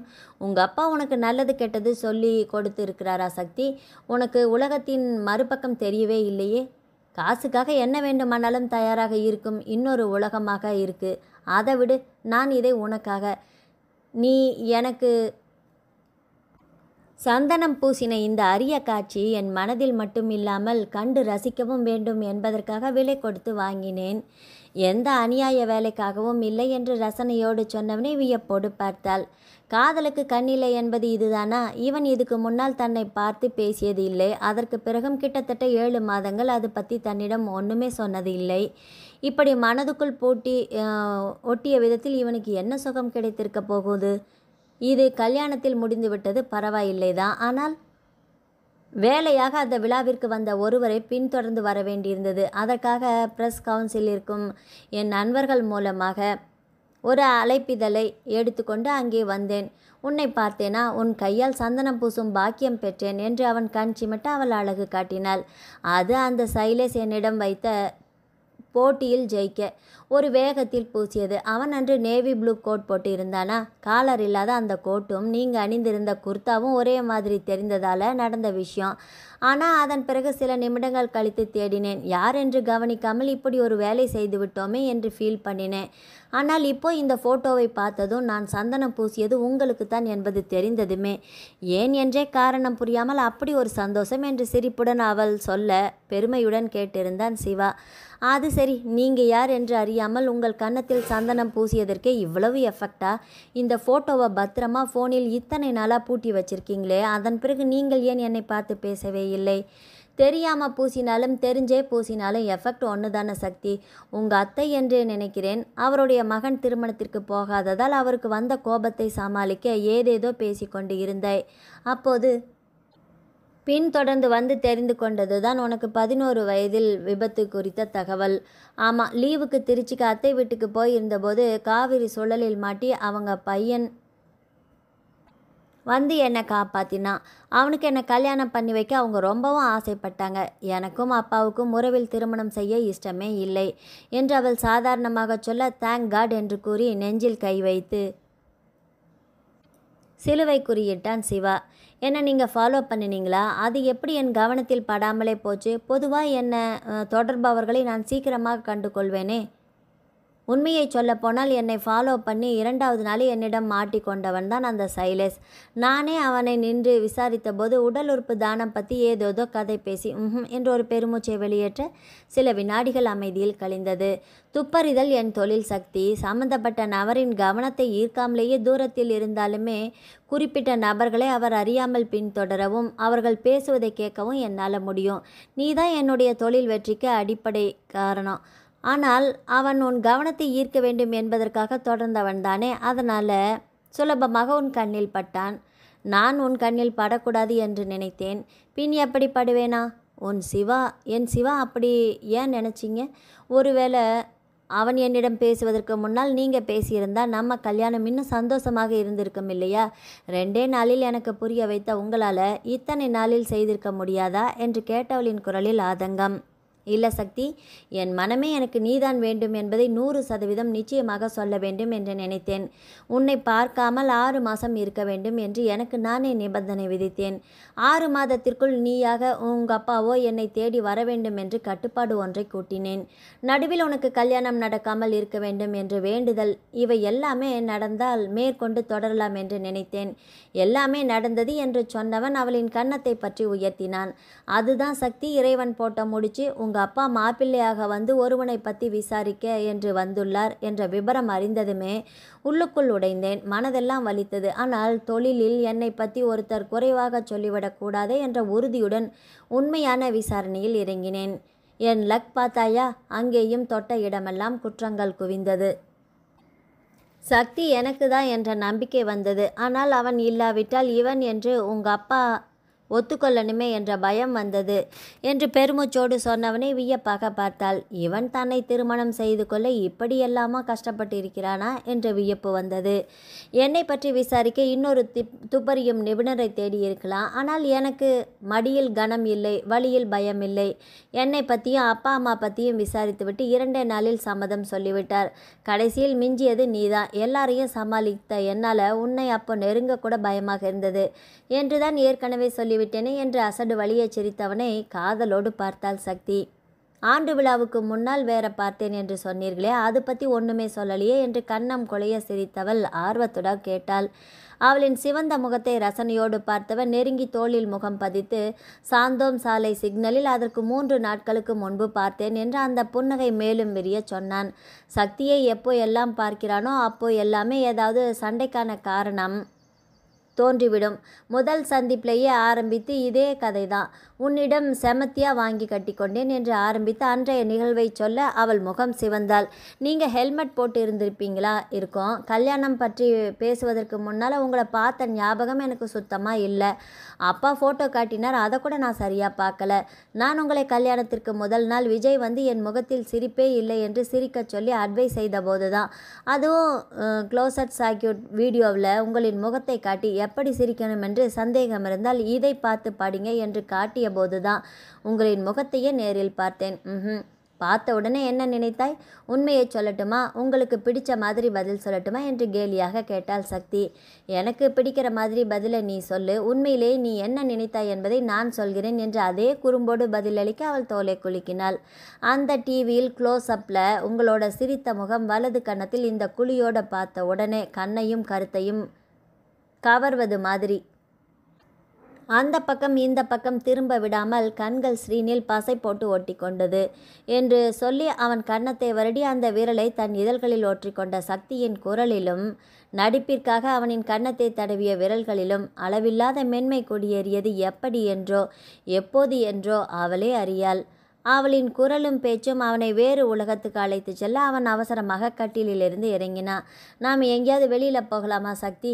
ஏய், இது போங்காட்டம். பாதி விளையாட்டு தான் முடிஞ்சிருக்குது. மிச்சம் நான் உண்மையிலேயே என்ன நினைத்தேன் என்று நீங்கள் சொல்லவே இல்லையே. உங்களுக்கு தெரியலை தானே என்று அவள் சினுங்க. நீ கிளம்பு, இன்னும் 15 நிமிஷத்தில் சொல்கிறேன் என்று அவசரமாக பதில் சொல்லிவிட்டு குளியல் அறைக்குள் நுழைந்தான். 8 மாதமாக காதலை வேறு யாருக்கும் சொல்லாமலேயே மனதிற்குள் பூட்டி வைக்க முடிந்தது. 3 வாரங்களாக கல்யாணம் முடிவான பிறகு அவளை சந்திக்கும் வாய்ப்பை தள்ளி போட மன உறுதி இருந்தது. திருமணம் முடிந்து இந்த 3 நாட்களில் அவள் சம்மதமின்றி அவளை அடையக்கூடாது என்று காதலை மனம் முழுக்க நிரப்பி கண்ணியத்தோடு காத்திருக்க தெம்பிருந்தது. ஆனால் இன்று இந்த கடைசி நிமிடங்களில் அவளிடம் தன் மனதை திறந்து காட்டிய பிறகு, குறிப்பாக அவள் கன்னத்தில் வலிய முத்தமிட்ட பிறகு அவளை விட்டு விலகி இருப்பது ரொம்பவே சிரமமாக இருந்தது. இதே ரேஞ்சில் போனால் அவன் எப்படி எடுத்து 3 தினங்களை தள்ளப் போகிறானோ? ஒரு இக்கட்டான சூழ்நிலையில் இறைவனிடம் வேண்டிய நினைவில் வந்தது. Control Siva, control. கூடுமான வரையில் தனி அறையில் இருப்பதை தள்ளி போட்டால் போதும், சமாளித்து விடலாம் என்று மனதிற்குள் முடிவெடுத்து கொண்டு முகத்தில் குளிர் நீரை அடித்து கழுவி துடைத்துவிட்டு வெளியே வந்தான். சிவா, அம்மா திருப்பதிக்கு போகச் சொன்னாங்களே, நாம் எப்போ கிளம்பணும் என்று விசாரித்தாள் சக்தி. முன்னாடி ஏற்பாடு பண்ணாமல் போக முடியாது சக்தி, வெள்ளிக்கிழமை முகூர்த்த நாள் என்று சொன்னாங்க. விஜயிடம் சொல்லி இருக்கிறேன். வியாழன் இரவு போனால் போதும். ஓ, இன்னும் 2 நாள் இங்கேயே இருக்கலாம், இங்கேயே வெளியே சுற்றி பார்க்கலாம், அல்லது இன்னும் வெளியூர் எங்காவது என்றாலும் போகலாம், அப்படித்தானே என்று குதூகலித்தவளை ஆசையுடன் ரசித்தான். எங்கே போகலாம் என்று யோசித்து சொல்லு. ஆனால் இப்போ இங்கே கர்நாடகா சில்க் எம்போரியம் பக்கத்தில் இருக்குது, அங்கே போய் உனக்கு ஒரு மைசூர் சில்க் சேலை பார்க்கலாமா என்று கேட்டான். சேலையா? என்ன திடீரென்று சேலை பார்க்க கூப்பிடுறீங்க? திடீர்னு இல்லை சக்தி, எப்போவுமே உனக்கு பிடிச்சதை செய்யணும் என்கிற ஆசைதான். அதிலும் கல்யாணத்துக்கு எடுத்த ட்ரெஸ் நகைகள் எல்லாமே உன்னை கூட்டிகிட்டு போய் எடுக்கணும் என்று என் மனம் ரொம்ப ஆசைப்பட்டது. ஆனால் முடியல. உனக்கு பரிசு கொடுக்கணும் என்பதற்கு மேலே இப்போ திருப்பதியில் நடக்க போகிற இந்த கல்யாணத்தை நாம் 2 பேருக்குமே பிடிச்ச மாதிரி கொண்டாடணும், மனசுக்கு நிறைவாக செய்யணும் என்று நினைக்கிறேன் என்று அவன் உணர்வுபூர்வமாக சொல்ல அவள் வியப்புடன் அவனை நெருங்கி வந்தாள். எஸ் சக்தி, நிஜம்தான். வெள்ளிக்கிழமை நாம் அணிய போகும் உடை, திருமாங்கல்யம் கோர்த்த செயின், இன்னும் வேற சின்ன சின்ன பரிசுகள், எது வேண்டுமானாலும் கேளு சக்தி, உனக்கு எவ்வளவு வேண்டுமானாலும் செலவு செய்வேன் என்று சொல்ல ஆசைதான். ஆனால் இப்போதைக்கு இந்த கல்யாணத்துக்கு என் பட்ஜெட் 2 லட்சம் ரூபாய் தான். அதனால் உனக்கு என்ன ஆசை இருந்தாலுமே சொல்லு, இந்த 3 நாளில் நிறைவேற்றிடலாம், ஓகேவா என்று நீளமாக பேசி முடிக்க அவள் புன்னகை செய்தாள்.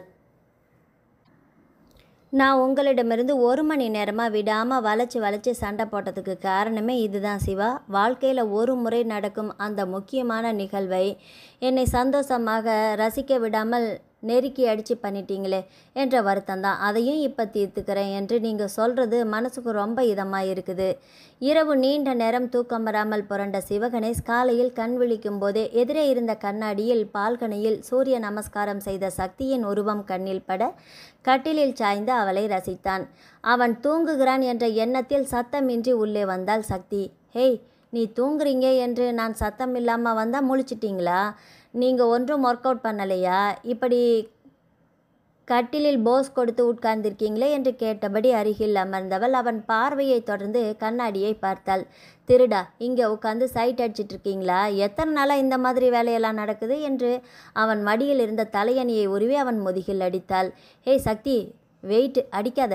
நமக்கு கல்யாணம் ஆகிய 4 நாள் தான் ஆகுது. இதில் நீ எக்ஸசைஸ் செய்தது 2 நாள் தான். இந்த அழகில் இது எத்தனை நாளா என்று என்ன ஒரு கேள்வி என்று கண் சிமிட்டியவனுக்கு மேலும் ஒரு அடி விழுந்தது. அதெல்லாம் கரெக்டாக கணக்கு வச்சிருப்பதை பார்த்தா அங்கே விஜய் வீட்லேயும் இந்த வேலை தான் நடந்ததா உங்களை என்று மேலும் சினிங்கியவளை மடியில் சாய்த்து தனக்கு பிடித்தமான வகையில் சமாதானம் செய்தான். சிவா, இன்று செவ்வாய்க்கிழமை மைசூர் வந்துட்டு சாமுண்டீஸ்வரி கோயிலுக்கு போகாமல் இருக்கலாமா? போய் வருவோமா? நீங்கள் இந்த 3 நாளில் என்ன செய்யலாம் என்று நினைத்தீங்க என்று ஆர்வமாக விசாரித்தாள் சக்தி. சக்தி சொல்லிவிட்டால் அப்பீல் ஏது? தாராளமாக கோயிலுக்கு போகலாம். தமிழ் இலக்கியத்தில் 5 வகை நிலங்கள் இருக்கும் தெரியுமா? இந்த 3 நாளில் அது எல்லாவற்றையுமே பார்த்து விடலாம். முதல் வகையில் ஆரம்பிக்கலாம், குறிஞ்சி மலையும் மலை சார்ந்த இடமும் என்று சிரித்தான். சுவாரஸ்யமாக இருக்குது. குறிஞ்சி முடிஞ்சால் மிச்ச 4 வகைக்கு என்ன பண்ணுவீங்களா? பிருந்தாவனம் போகலாம் என்று நினைத்தேன். இங்கே இருந்து 1 மணி நேரம் பயணம் செய்ய வேண்டும். அங்கே மாலை வரைக்குமே பொழுதுபோக்கு அம்சங்கள் இருக்குது. Terrace garden, musical and dancing நீரூற்றுகள், அபூர்வமான ஆர்க்கிடுகள் நிறைந்த பூந்தோட்டம் இருக்கு, எனக்கு தெரியும் என்று இடையிட்டாள். உனக்கு தெரியாது என்று நான் எங்கே சொன்னேனா? ரைட், அதை முதல்ல காடு சார்ந்த இடம் பார்த்ததாக வைத்து கொள்ளலாம் என்று முடித்தவன் எழுந்து தயாராகினான். ஓகே, மிச்சம் 3 என்று அவள் துருவ வெயிட் அண்ட் வாட்ச் என்று ரகசிய புன்னகை பூத்தான். செவ்வாய் அன்று சாமுண்டீஸ்வரி கோவிலை குறிஞ்சி நில கணக்கிலும் பிருந்தாவனத்தை முல்லை நில கணக்கிலும் வைத்தவன் மற்ற 3க்கும் என்ன செய்ய போகிறான் என்று கடைசி வரை மூச்சு விடவே இல்லை. மருத நிலத்திற்கு பஞ்சமில்லை. வயலும் வயல் சார்ந்த இடமும் போகிற வழியில் ஒரு இடத்தில் கூட கொஞ்ச நேரம் செலவழித்து விடலாம். ஆனால் நெய்தலுக்கும் பாலைக்கும் என்ன செய்வான் என்ற ஆர்வம் அவளை யோசிக்க வைத்தது. கர்நாடகாவின் மைய பகுதியில் இருக்கோமே, சென்னைக்கு போகிறாமா சிவா? திருப்பதியில் இருந்து அங்கே தானே சென்னைக்கு போவதாக சொன்னீங்க. கடற்கரை பகுதிக்கு என்ன செய்வீங்களா என்று விதவிதமாக கேட்டு பார்த்தும் பதிலே பெயரவில்லை. சிவா ப்ளீஸ், எங்கே போகிறோம் என்று சொல்லுங்களேன். எனக்கு ராத்திரி எல்லாமே யோசித்து தலைவலியே வந்துடுச்சுன்னா பாருங்களேன் என்று மறுநாள் காலையில் பொழுது விடிந்ததுமே சினிங்கியவளை பார்த்து சிரித்தான் சிவகணேஷ்.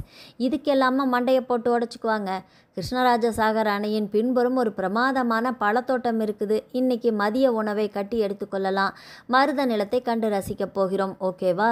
அதுதான் தெரியுமே. மற்ற 2க்கு என்ன செய்ய போகிறீங்களா? அதை தெரிந்து கொள்ள இன்னைக்கு மதியம் வரை பொறுக்க முடியாதா சக்தி? என்று அவளின் கன்னத்தை வருடியவன் கையை தட்டிவிட்டு, இனிமே உங்களிடம் கேட்டா பாருங்க என்று சொல்லிவிட்டு தலையை சிலுப்பியபடியே சென்று விட்டவளை அவனின் சந்தோஷ சிரிப்பு பின்தொடர்ந்தது. தன் ஊடலை தொடர்ந்தவளை சரிக்கட்ட வழியில் செயற்கை நீரூற்றின் அருகே அமர்ந்து கையோடு கொண்டு வந்த சிற்றுண்டியை பிரித்தான். ஹேய், ஸ்நாக்ஸ் வச்சுருக்கீங்களா? சொல்லவே இல்லை பாரு, நான் லஞ்சு மட்டும்தான் இருக்குன்னு நினச்சேனே என்று உற்சாகமாக சொல்லியபடி பேப்பர் கட்டில் இருந்த குலாப் ஜாமுனையும் சமோசாக்கள் இரண்டையுமே எடுத்து வைத்து அவனிடம் நீட்டினாள். ஹேய், குலாப் ஜாமுனை பார்த்ததுமே முகத்தில் சிரிப்பு வந்துடுச்சு. ஸ்வீட் என்றால் உனக்கு அவ்வளவு இஷ்டமா சக்தி என்று கேலியாக கேட்டான். ஸ்வீட் எப்போதுமே எனக்கு ரொம்ப பிடிக்கும் சிவா, அதை வேண்டாம் என்று சொல்ல எனக்கு மனசே வராது என்று முந்தைய நாள் மாலை அவள் ஆசையுடன் கேட்டு வாங்கிய குட்டி ஜிமிக்கிகள் காதில் உரச உற்சாகத்துடன் தலையாட்டி பேசியவளின் முகபாவனையை கையில் இருந்த சிற்றுண்டியை மறந்து ஈர்த்தான், ரசித்தான் சிவகணேஷ். ஏய், என்ன அப்படி பார்த்துட்ருக்குறீங்க? சாப்பிட்லையா? ஜாமுன் ரொம்ப நல்லா இருக்குது என்று ஊக்கப்படுத்த அவன் புன்னகை செய்தான். ஆமாம், சும்மா பொன்னிறத்தில் மின்னுதில்லை ஆர்வமாக சொன்னவன் கண்கள் அவள் கண்ண கதுப்பில் பதிந்திருப்பதை அவள் கவனிக்கவில்லை. யா, ரொம்ப சாஃப்டாக இருக்குது சிவா. ரொம்ப ஸ்வீட்டாகவும் இருக்கணுமே என்றவன் அவளை நெருங்கி அமர்ந்தான். இதென்ன கேள்வி? ஸ்வீட்டாக இல்லாமல் வேற எப்படி இருக்குமா சிவா? சந்தேகமாக இருந்தால் சாப்பிட்டு பாருங்க என்று அவள் சொல்லி முடித்தபோது அவன் அவள் கண்ண கதுப்புகளை ருசி பார்க்க ஆரம்பித்திருந்தான். ஏய், நான் எதை பற்றி பேசினா நீங்க என்று திணறியவள் பேச்சை தொடர முடியவில்லை. அத்தோடு அவனை மற்ற 2 நில வகைகளுக்கு என்ன செய்ய போகிறாய் என்று நச்சரித்த கேள்வியே மறந்து போனது. அவள் மறந்தாலும் அவன் மறக்கவில்லை. அடுத்த நாள் தீம் பார்க் ஒன்றிற்கு அழைத்து சென்றவன் அங்கே கடல் அலைகள் வந்து மோதும் இடத்தில் நின்று இதுதான் கடலும் கடல் சார்ந்த இடமும் சக்தி என்று நெய்தலை காட்டினான். அடுத்து பிற்பகலில் மைசூர் மிருக காட்சி சாலைக்கு அழைத்து சென்று அங்கே இருந்த ஒட்டகத்தை காட்டி, ஒட்டகம் இருக்கும் இடம் பாலைவனம் இல்லையா சக்தி என்று நெய்தலை காட்டினான். ஒவ்வொரு நாளும் புது புது பேச்சுக்களுடன் பிடித்தவை பிடிக்காதவை குறித்த பரஸ்பர புரிந்துணர்வுடன் அடுத்த 3 நாட்களும் கழிய வியாழன் இரவே திருப்பதிக்கு வந்து சேர்ந்தார்கள். இந்த கன்னத்து குழி இருக்கே, அது என்ன டெம்ப் பண்ணுது சிவா என்று முகம் கழுவி துடைத்துவிட்டு கண்ணாடி முன்பு இருந்த வேளையில் பின்னால் வந்து குனிந்து காதுக்குள் ரகசியம் பேசி கன்னத்தில் முத்தமிட்ட மனைவியை விட்டு விலகி இருப்பது சிவகணேசிற்கு பிரம்ம பிரயத்தனமாக இருந்தது. நீ சொல்லிட்ட, என்னால் சொல்ல முடியல, இன்னும் ஒரே ஒரு நாள் தான் என்று மனதிற்குள் சொல்லி கொண்டவன் ஆழ மூச்செடுத்தான். 5 மணிக்கு கோவிலுக்கு போகணும் சக்தி, சீக்கிரம் தூங்க போனால்தான் காலையில் எழுந்து கொள்ள முடியும் என்று சொல்லி நகர்ந்தா. இருவரும் கடைக்கு சேர்ந்து சென்று வாங்கிய புத்தாடை அணிந்து அதிகாலையில் 5 மணிக்கு விருந்தினர் மாளிகையிலிருந்து கிளம்பி கோயிலுக்கு நடந்து சென்றார்கள். அதிகாலை இருட்டும் சூழ இருந்த மூடு பனியும் மீண்டும் நடக்க இருக்கும் திருமணமும் என்ற கிளர்ச்சியில் சேர்ந்து இருவரையுமே உணர்ச்சி பிளம்பாக்கி வைத்திருந்தது. அதனாலேயே இருவரும் கைகளை கோர்த்தபடி அமைதியாக நடந்தார்கள். காலை 6 மணிக்கு காவல்துறை உயர் அதிகாரிகளின் தயவில் மிக முக்கிய விருந்தினருக்கான சிறப்பு தரிசனத்திற்கு ஏற்பாடு செய்யப்பட்டிருந்தது. இறைவன் சன்னிதானத்தில் ஏற்கனவே தாங்கள் வேண்டிக் கொண்டதை நிறைவேற்ற வந்துள்ளோம். இனி எந்த குறையும் இல்லாமல் இணை பிரியாமல் பல்லாண்டு காலம் எங்களை சந்தோஷமாக வாழவை இறைவா என்று மனப்பூர்வமாக வேண்டுதலை இருவரும் வெங்கடாஜலபதியிடம் வைத்தனர். சுவாமியை வலம் வந்து உண்டியில் தன் கழுத்தில் இருந்த சங்கிலியை கலற்றி ஒரு கணம் சக்தி யோசித்தபோது அவளின் கரத்தை அழுத்தி தலையசைத்து வேண்டுதலை நிறைவேற்ற ஊக்கினான் சிவகணேஷ். உண்டியலில் காணிக்கையை செலுத்திவிட்டு வந்த அடுத்த வினாடி அவளின் கையை பற்றி, மலர், ஐ லவ் யூ, என்னை திருமணம் செய்து கொள்கிறாயா என்று காதலுடன் மிக மிக மென்மையான குரலில் கேட்க அவள் ஆச்சரியத்துடன் திரும்பி பார்த்தாள். ஹேய், என்ன சொன்னீங்க? மலர், உன்னை காதலிக்கிறேன் என்று தகவல் சொன்னேன். என்னை திருமணம் செய்து கொள்கிறாயா என்று கேட்டேன். ஏன் மலர், காதில் விழவில்லையா என்று கேட்டவன் குரலிலும் கண்களிலும் காதல் பொங்கி வழிய அவள் இதழ்களில் புன்னகையும் கண்களில் கண்ணீரும் ஒருங்கே பூத்தது. என்று சின்ன முணுகளுடன் ஒப்புதலாக அவள் தலையசைக்க, ஆனந்த கண்ணீர் என்றால் கூட உனக்கு வேண்டாம் மலர் என்று கனிவுடன் சொன்னபடி அவள் கன்னத்தில் பூத்து நின்ற கண்ணீரை ஒற்றை விரலால் துடைத்தான். கம் என்று கைப்பற்றி கோவிலுக்குள்ளேயே இருக்கும் ரங்கா மண்டபத்திற்கு அழைத்து வந்தான். அங்கே விரித்திருந்த ஜமுக்காலம் முன்பு இருந்த தாம்பூலம் ஒன்றில் தேங்காய், பழம், பூ, வெற்றிலைப்பாக்கு மற்றும் மாலைகளும் இருக்க அருகே குத்து விளக்கேற்றி வைக்கப்பட்டிருந்தது.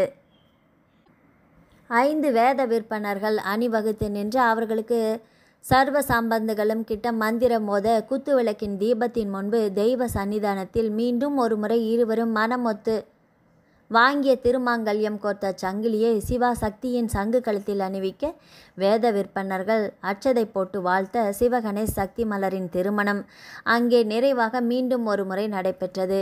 இறைவன் சன்னிதானத்தில் திருமாங்கல்யம் அணிவித்து தோலை சுற்றி வலது கரத்தை எடுத்து வந்து நெற்றியில் குங்குமம் வைத்தபோது அவன் காதுக்குள் மீண்டும் கிசுகிசுப்பாக சொன்ன ஐ லவ் யூ மலர் என்ற வாசகம் தந்த மயக்கத்திலிருந்து அரை மணி நேரம் கழித்த பின்னே சக்தி மீளவில்லைதான். ஒரு வாரம் முன்பு ஒரு வாரம்தானா அது? கால்மி மலர் என்று அவனை அதட்டியதும் அதற்கு அவன் சொன்ன பதிலும் நினைவில் வந்ததில் நெஞ்சம் இனித்தது. அப்படியென்றால் அவனுக்கு பிடித்த மாதிரி இல்லை, முன்பும் அவனுக்கு பிடித்துதான் இருந்தது. இப்போது மென்மையான மனம் படைத்தவள் என்பதை ஒத்துக்கொண்டான் என்று சொல்லிவிட்டானா? கோவிலில் திருமணம் முடிந்து நெட்டி தள்ளிய கூட்டத்தில் நீந்தி பிரசாதத்துடன் வெளியே வர அரை மணி நேரம் ஆகியிருந்தது போதும்.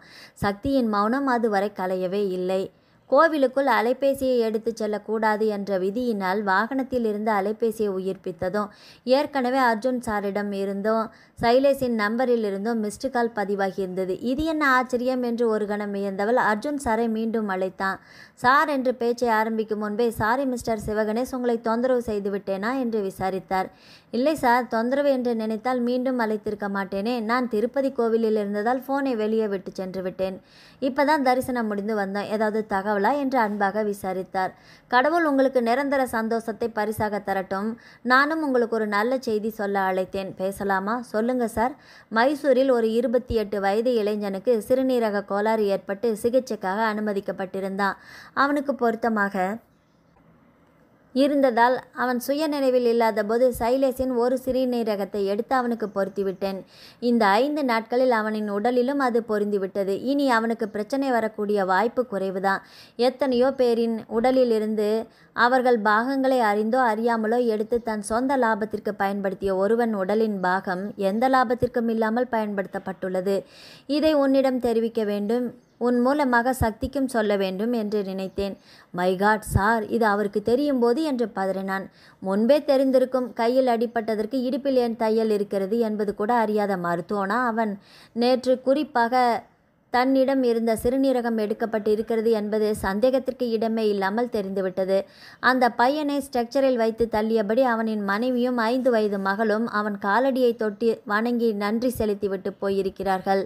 ஓ, ஆனால் சைலேஷ் அவர்களிடம் ஏடாகூடமாக எதுவும் பேசிவிடவில்லையே என்றவன் குரலில் பதட்டம் இருந்தது.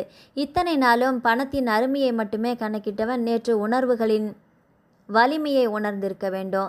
நானோ என் மனைவியோ அவனை பார்த்து 4 நாட்களாகிறது. நேற்றிரவு எனக்கு தாழ்ந்த குரலில் பேசினா குற்ற உணர்வினால் இருக்கலாம் என்று யூகித்தேன். உன்னிடம் பேசலாம், அதனால் உனக்கு முன்கூட்டியே தகவல் தெரிவிக்க தான் 7 மணிக்கே அழைத்தேன். சரி சிவா, அவனிடம் நீ நல்லபடியாக பேசினாலும் பேசாவிட்டாலும் அது என்னை எந்த விதத்திலுமே பாதிக்காது. உங்கள் இருவருக்கும் என்னுடைய வாழ்த்துக்கள் என்று சொல்லி ஃபோனை வைத்த அர்ஜுன் சாரை பார்த்து பிரமித்து போயிருந்தான். திருப்பதியிலிருந்து சென்னை திரும்புவதற்கான அந்த 4 மணி நேர பயணத்தில் அவர்களுக்கு இடையே பேச்சுவார்த்தை குறைவாகவே நடைபெற்றது. பகல் நேரமாக இருப்பதாலும் வண்டியில் டிரைவர் இருப்பதாலும் காலையில் தான் அர்ஜுன் சாரிடம் சொன்ன தகவல்களினாலும் அவள் அமைதியாக வருவதாக எண்ணிய சிவகணேஷ் அவள் காதல் மயக்கத்தில் இருப்பதால் அவள் அந்த சைலேஷை பற்றியோ அவளின் மனமாற்றத்தை பற்றியோ தெரிந்து கொண்டதை ஒரு பொருட்டாகவே உணரவே இல்லை. வீட்டிற்குள் நுழைந்த பின்னும் அப்பா ஹைகோர்ட்டுக்கு சென்றிருந்ததால் வீட்டில் இருந்த அம்மா ஆரத்தி சுற்றி வரவேற்க பூஜை அறையில் விளக்கேற்றி வணங்கி அம்மாவிடம் ஆசீர்வாதம் பெற்ற பின்னர் தங்களின் தனி அறைக்கு துள்ளலுடன் மனைவியை அழைத்து சென்றான் சிவகணேஷ். இதே அறையில் ஒரு வாரம் முன்பு நுழைந்ததற்கும் இப்போது நுழைவதற்கும் எவ்வளவு வித்தியாசம் என்று எண்ணியபடியே புன்னகையோடு மனைவியின் கைப்பற்றி உள்ளே இழுத்து வந்தவன் காலால் கதவை அறைந்து சாத்தினான். மலர் என்று கூப்பிட்டால் மௌனமாக வர வேண்டும் என்று அர்த்தமா சக்தி? அப்படி என்றால் இனிதான் அப்படி கூப்பிடவில்லை என்று கேலியாக கேட்டவன் மார்பில் ஆசையுடன் சாய்ந்தாள் சக்தி. பாத்தீங்களா, நான் பேசாமல் இருக்கணும் என்று நினைத்தால் கூட மற்றவர்கள் என்னை அமைதியாக இருக்க விடுவதில்லை என்று கொஞ்சி அவளை இழுத்து மார்போடு சேர்த்து இறுக்கி அணைத்தான். எனக்கு மௌனமான மலர் வேண்டாம், என்னுடன் சரிக்கு சரி வாயாடும், நொடிக்கு 100 முறை செல்ல சண்டை போடும் உற்சாக பந்தாக இருக்கும் சக்தி தான் வேண்டும் என்று அவள் நெற்றியில் தன் நெற்றியால் அழுத்தி விசாரித்தான் சிவகணேஷ். சிவா, நான் கூட அதை தான் உங்களிடம் சொல்ல வேண்டும் என்று நினைத்தேன். நீங்கள் என்னை மலர் என்று கூப்பிட்டால் அடுத்த அரை நாள் நான் ஆஃப் ஆகிடுவேன் என்று நினைக்கிறேன். எனக்கே என்னை அந்நியமாக தெரியுது. அதனால் நான் உங்களுக்கு உங்கள் பேருக்கேற்ற மாதிரி பொருத்தமாக சக்தியாகவே இருக்கிறேனே. சிவாவின் சக்தி, சிவாவின் சக்தி என்று அவன் இழுத்த இழுப்பிற்கு அருகே வந்து தன் கைகளை அவன் தோளில் பூமாலையாக கோர்த்தாள். கொஞ்சலாக சொன்னாள், எனக்கு கற்பூர புக்தி. ஒரு தடவை சொன்னாலே புரிந்து கொள்வேன் சக்தி. என்னோட சக்தி என்று எதற்கு 2 தடவை சொல்கிறாய் என்று கேலியாக அவளின் மூக்கை பிடித்து ஆட்டி விசாரித்தான். சிவா, யானைக்கும் அடிசறுக்கும் என்பது இதுதானோ? நான் 2 தடவை சொன்ன அந்த 2 வார்த்தைகளுக்கும் 2 வெவ்வேறு அர்த்தம் இருக்குது. தமிழ் மொழியின் அழகு அது. அதை கோட்டை விட்டுட்டீங்களே என்று பதிலுக்கு மடக்கியவள் அவனின் நெற்றியை தன் நெற்றியால் முட்டினாள்.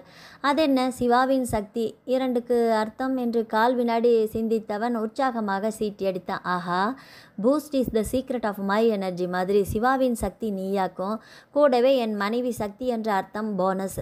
ஐயோ சக்தி, தமிழில் சும்மா பின்னுறியே, பிரமாதம் போ என்று சொல்லி இறுக்கி அணைத்து கொண்டான். சரியான டியூப்லைட் என்று கன்னத்தை கிள்ளி கொஞ்சி அவளை பார்த்து சிரித்தான். யாரு, நாங்களா டியூப்லைட்டு? நீ தான் டியூப்லைட்டு. ஐயோ, 8 மாதமாக நீங்கள் மறைச்சி ஒழிச்சு வச்ச எல்லா விஷயத்தையும் என்னிடம் 8 நாளில் வெளியே வர வச்ச சாமர்த்தியசாலியாக்கும் நான். அந்த சாமர்த்தியசாலியை சமாளிக்கும் புத்திசாலியாக்கும் நான். ஓஹோ, நீங்கள் புத்திசாலியா? சரி, இருந்துட்டு போங்க. ஆனால் நான் காதலிக்கும், என்னை காதலிக்கும் சூப்பர் கணவன் எனக்கு சொந்தம். அப்போ நான் புத்திசாலி ப்ளஸ் அதிர்ஷ்டசாலி. இது எப்படி இருக்குது என்று கண் சிமிட்டி பெருமையாக சிரித்தவளை ஆசையுடன் இழுத்து அணைத்தான். பேசி பேசியே பொழுத கழிக்கப் போகிறாயா? பசிக்குதுடி. காரசாரமாக ஒரு ஆந்திரா ஸ்பெஷல் ஃப்ரைட் ரைஸ் அத்தையை பண்ணித்தர சொல்லலாமா சிவா என்று கேலியாக கண் சிமிட்டி கேட்க அவன் சிரித்தான். மடையா, கல்யாணம் முடிஞ்சு இவ்வளவு நேரமாச்சே, என்னடா பண்ணிகிட்ருக்கிற? எனக்கு உடனடியாக ஒரு பிரெஞ்சு கிஸ் வேண்டும் என்று கேட்க இப்படியெல்லாமா வழி இருக்கா சக்தி என்று ரகசிய குரலில் சொன்னவன் அவளின் முகத்தை பற்றி உயர்த்தி குனிந்தான். சில நேரங்களில் குருவை மிஞ்சிய சிஷ்யர்கள் வருவதுண்டு. நான் டியூப்லைட் என்று சொன்னது சரியா போச்சு. உன்னையே ஏன் சக்தி நீ குறைச்சி மதிப்பிட்டுக்கிற என்று அவன் கண் சிமிட்ட அவள் முறைத்தாள். நான் டியூப்லைட் என்று சொன்னது உங்களை என்று அவனை தள்ளிவிட அவள் மீண்டும் அவனை தன் ஆளுமைக்குள் சுலபமாக கொண்டு வந்தான். அப்படி எந்த விஷயத்தில் நீ என்னை மிஞ்சிவிட்டாய் சக்தி என்றவன் குரலில் கிறக்கமும் குலைவும் கலந்திருந்தது. நீங்க எனக்கு முதலில் சொல்லிக் கொடுத்த பாடம் மறந்துவிட்டதா என்றவள் குரல் அவனுக்கு இணையாக கொஞ்சியது. முதல் பாடமா? இன்னும் நான் பாடம் நடத்த ஆரம்பிக்கவே இல்லையே சக்தி. இந்த பாடத்தின் அடிப்படை இதுதான் சிவா. அதென்ன? நான் உனக்கு சொல்லிக் கொடுத்து ஆனால் எனக்கே ஞாபகம் இல்லாத அடிப்படை பால பாடம். Speech is silver, silence is gold என்று திருமண மண்டபத்தில் அவன் தனக்கு சொன்ன வார்த்தைகளை நினைவுபடுத்தினாள் சக்தி. மனைவி சொல்லே மந்திரம் என்று அவள் வார்த்தைகளால் சொன்னதை செயல் விளக்கமாக செயல்படுத்த கணவன் மனைவிக்கு இடையே பேச்சுவார்த்தை நின்று போனது. கை வளையல்களும் கால் கொலுசும் பின்னணி இசைக்க சம்சார சங்கீதம் அங்கே இனிதே அரங்கேறியது. மலர் என்ற மங்கையின் மனதென்ற கதவு திறக்க அங்கே பெருகிய காதல் வெள்ளத்தில் மூழ்கி மதுவுண்ட மயக்கத்தில் மௌனத்தில் ஆழ்ந்து விட்டான் மங்கையின் மணாளன். நாவல் முடிவடைந்தது. ஆதரவளித்த அனைத்து உள்ளங்களுக்கும் நன்றி. மீண்டும் அடுத்த ஒரு நாவல் பதிவில் சந்திக்கும் வரை உங்களிடமிருந்து விடைபெறுவது ரமணி தமிழ்.